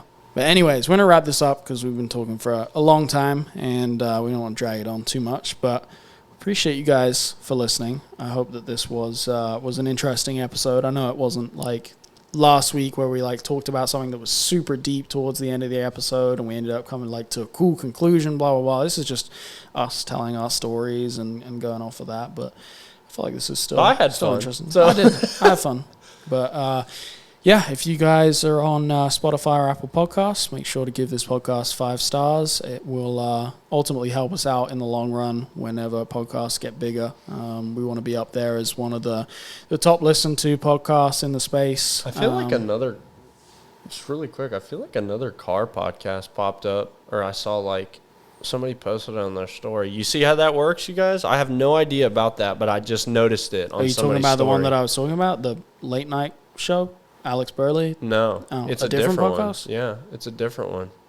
I don't know. I'll see if I can find it and send it to you. But like that was just to prove a point that I saw that offhandedly on somebody's story, and now we're both going to go look it up. Exactly. So that's just how it works. Every week when we put these out, if you guys want to support this show, please share them on your story and tag us. It does go a long way for getting this show out to new listeners. Obviously, podcasts are still a pretty new thing in the automotive space. There's not a ton of people doing them. And for anybody that likes podcasts, I'm sure that if they saw it, they'd be like, oh, cool, I want to check that out. But even for people that don't know podcasts, maybe it's something new for them. it'd be cool if they found it from your Instagram if you shared it. Also, super extra thanks specifically just because I spoke to somebody today that lives in the Czech Republic and listens to us. Mm-hmm. Anybody that's outside the U.S. and listening to us, thank you. Like, well, yeah, that, of course. like that's just that. I knew that we had people outside the U.S. listening, but it just, I don't know, it kind of hit me all at once when me and him spoke. Like, shout out Pavel. Wait, is that who you're talking to? Uh-huh. Oh shit. Yeah. Pavel's like, he's been around. Yeah. When me and him spoke, I'm definitely gonna wrap this up because we're like going really long. But like, I appreciate you guys. Like, it's always really cool when it's brought to your attention that whatever it is that you're doing, your idea has left the U.S. and is appreciated by somebody else somewhere. That's just a really cool feeling. So that's kind of the beauty of this stuff with cars is that it's a universal language, cars, like all over the world. And there's different styles and takes in every continent. And it's cool that we can kind of dive into it, talk about it, and have people from different countries contributing to these conversations. Yeah. Because, I mean, it just helps us broaden our minds and share that with you guys and broaden your minds. And that's fucking awesome. Yeah. So I just, thank you to just everybody wanted to give a listens. special shout out, to everybody outside. Said, everybody in the U.S. too. You said Czech Republic. Yeah. I could have sworn he's in Estonia. He told me he was in Czech Republic. Oh, well, if he said Czech Republic, then anyway, shout out to Pavel. Yes, great dude. But we're going to wrap this up. Thank you guys for listening. Please go click the links in the description for the Discord and the Wheel Price app. Go download that, check it out, support the show. And we'll see you guys next week for another episode. And that's about it. Thanks, dudes. Thanks, guys, for listening. Peace. Bye.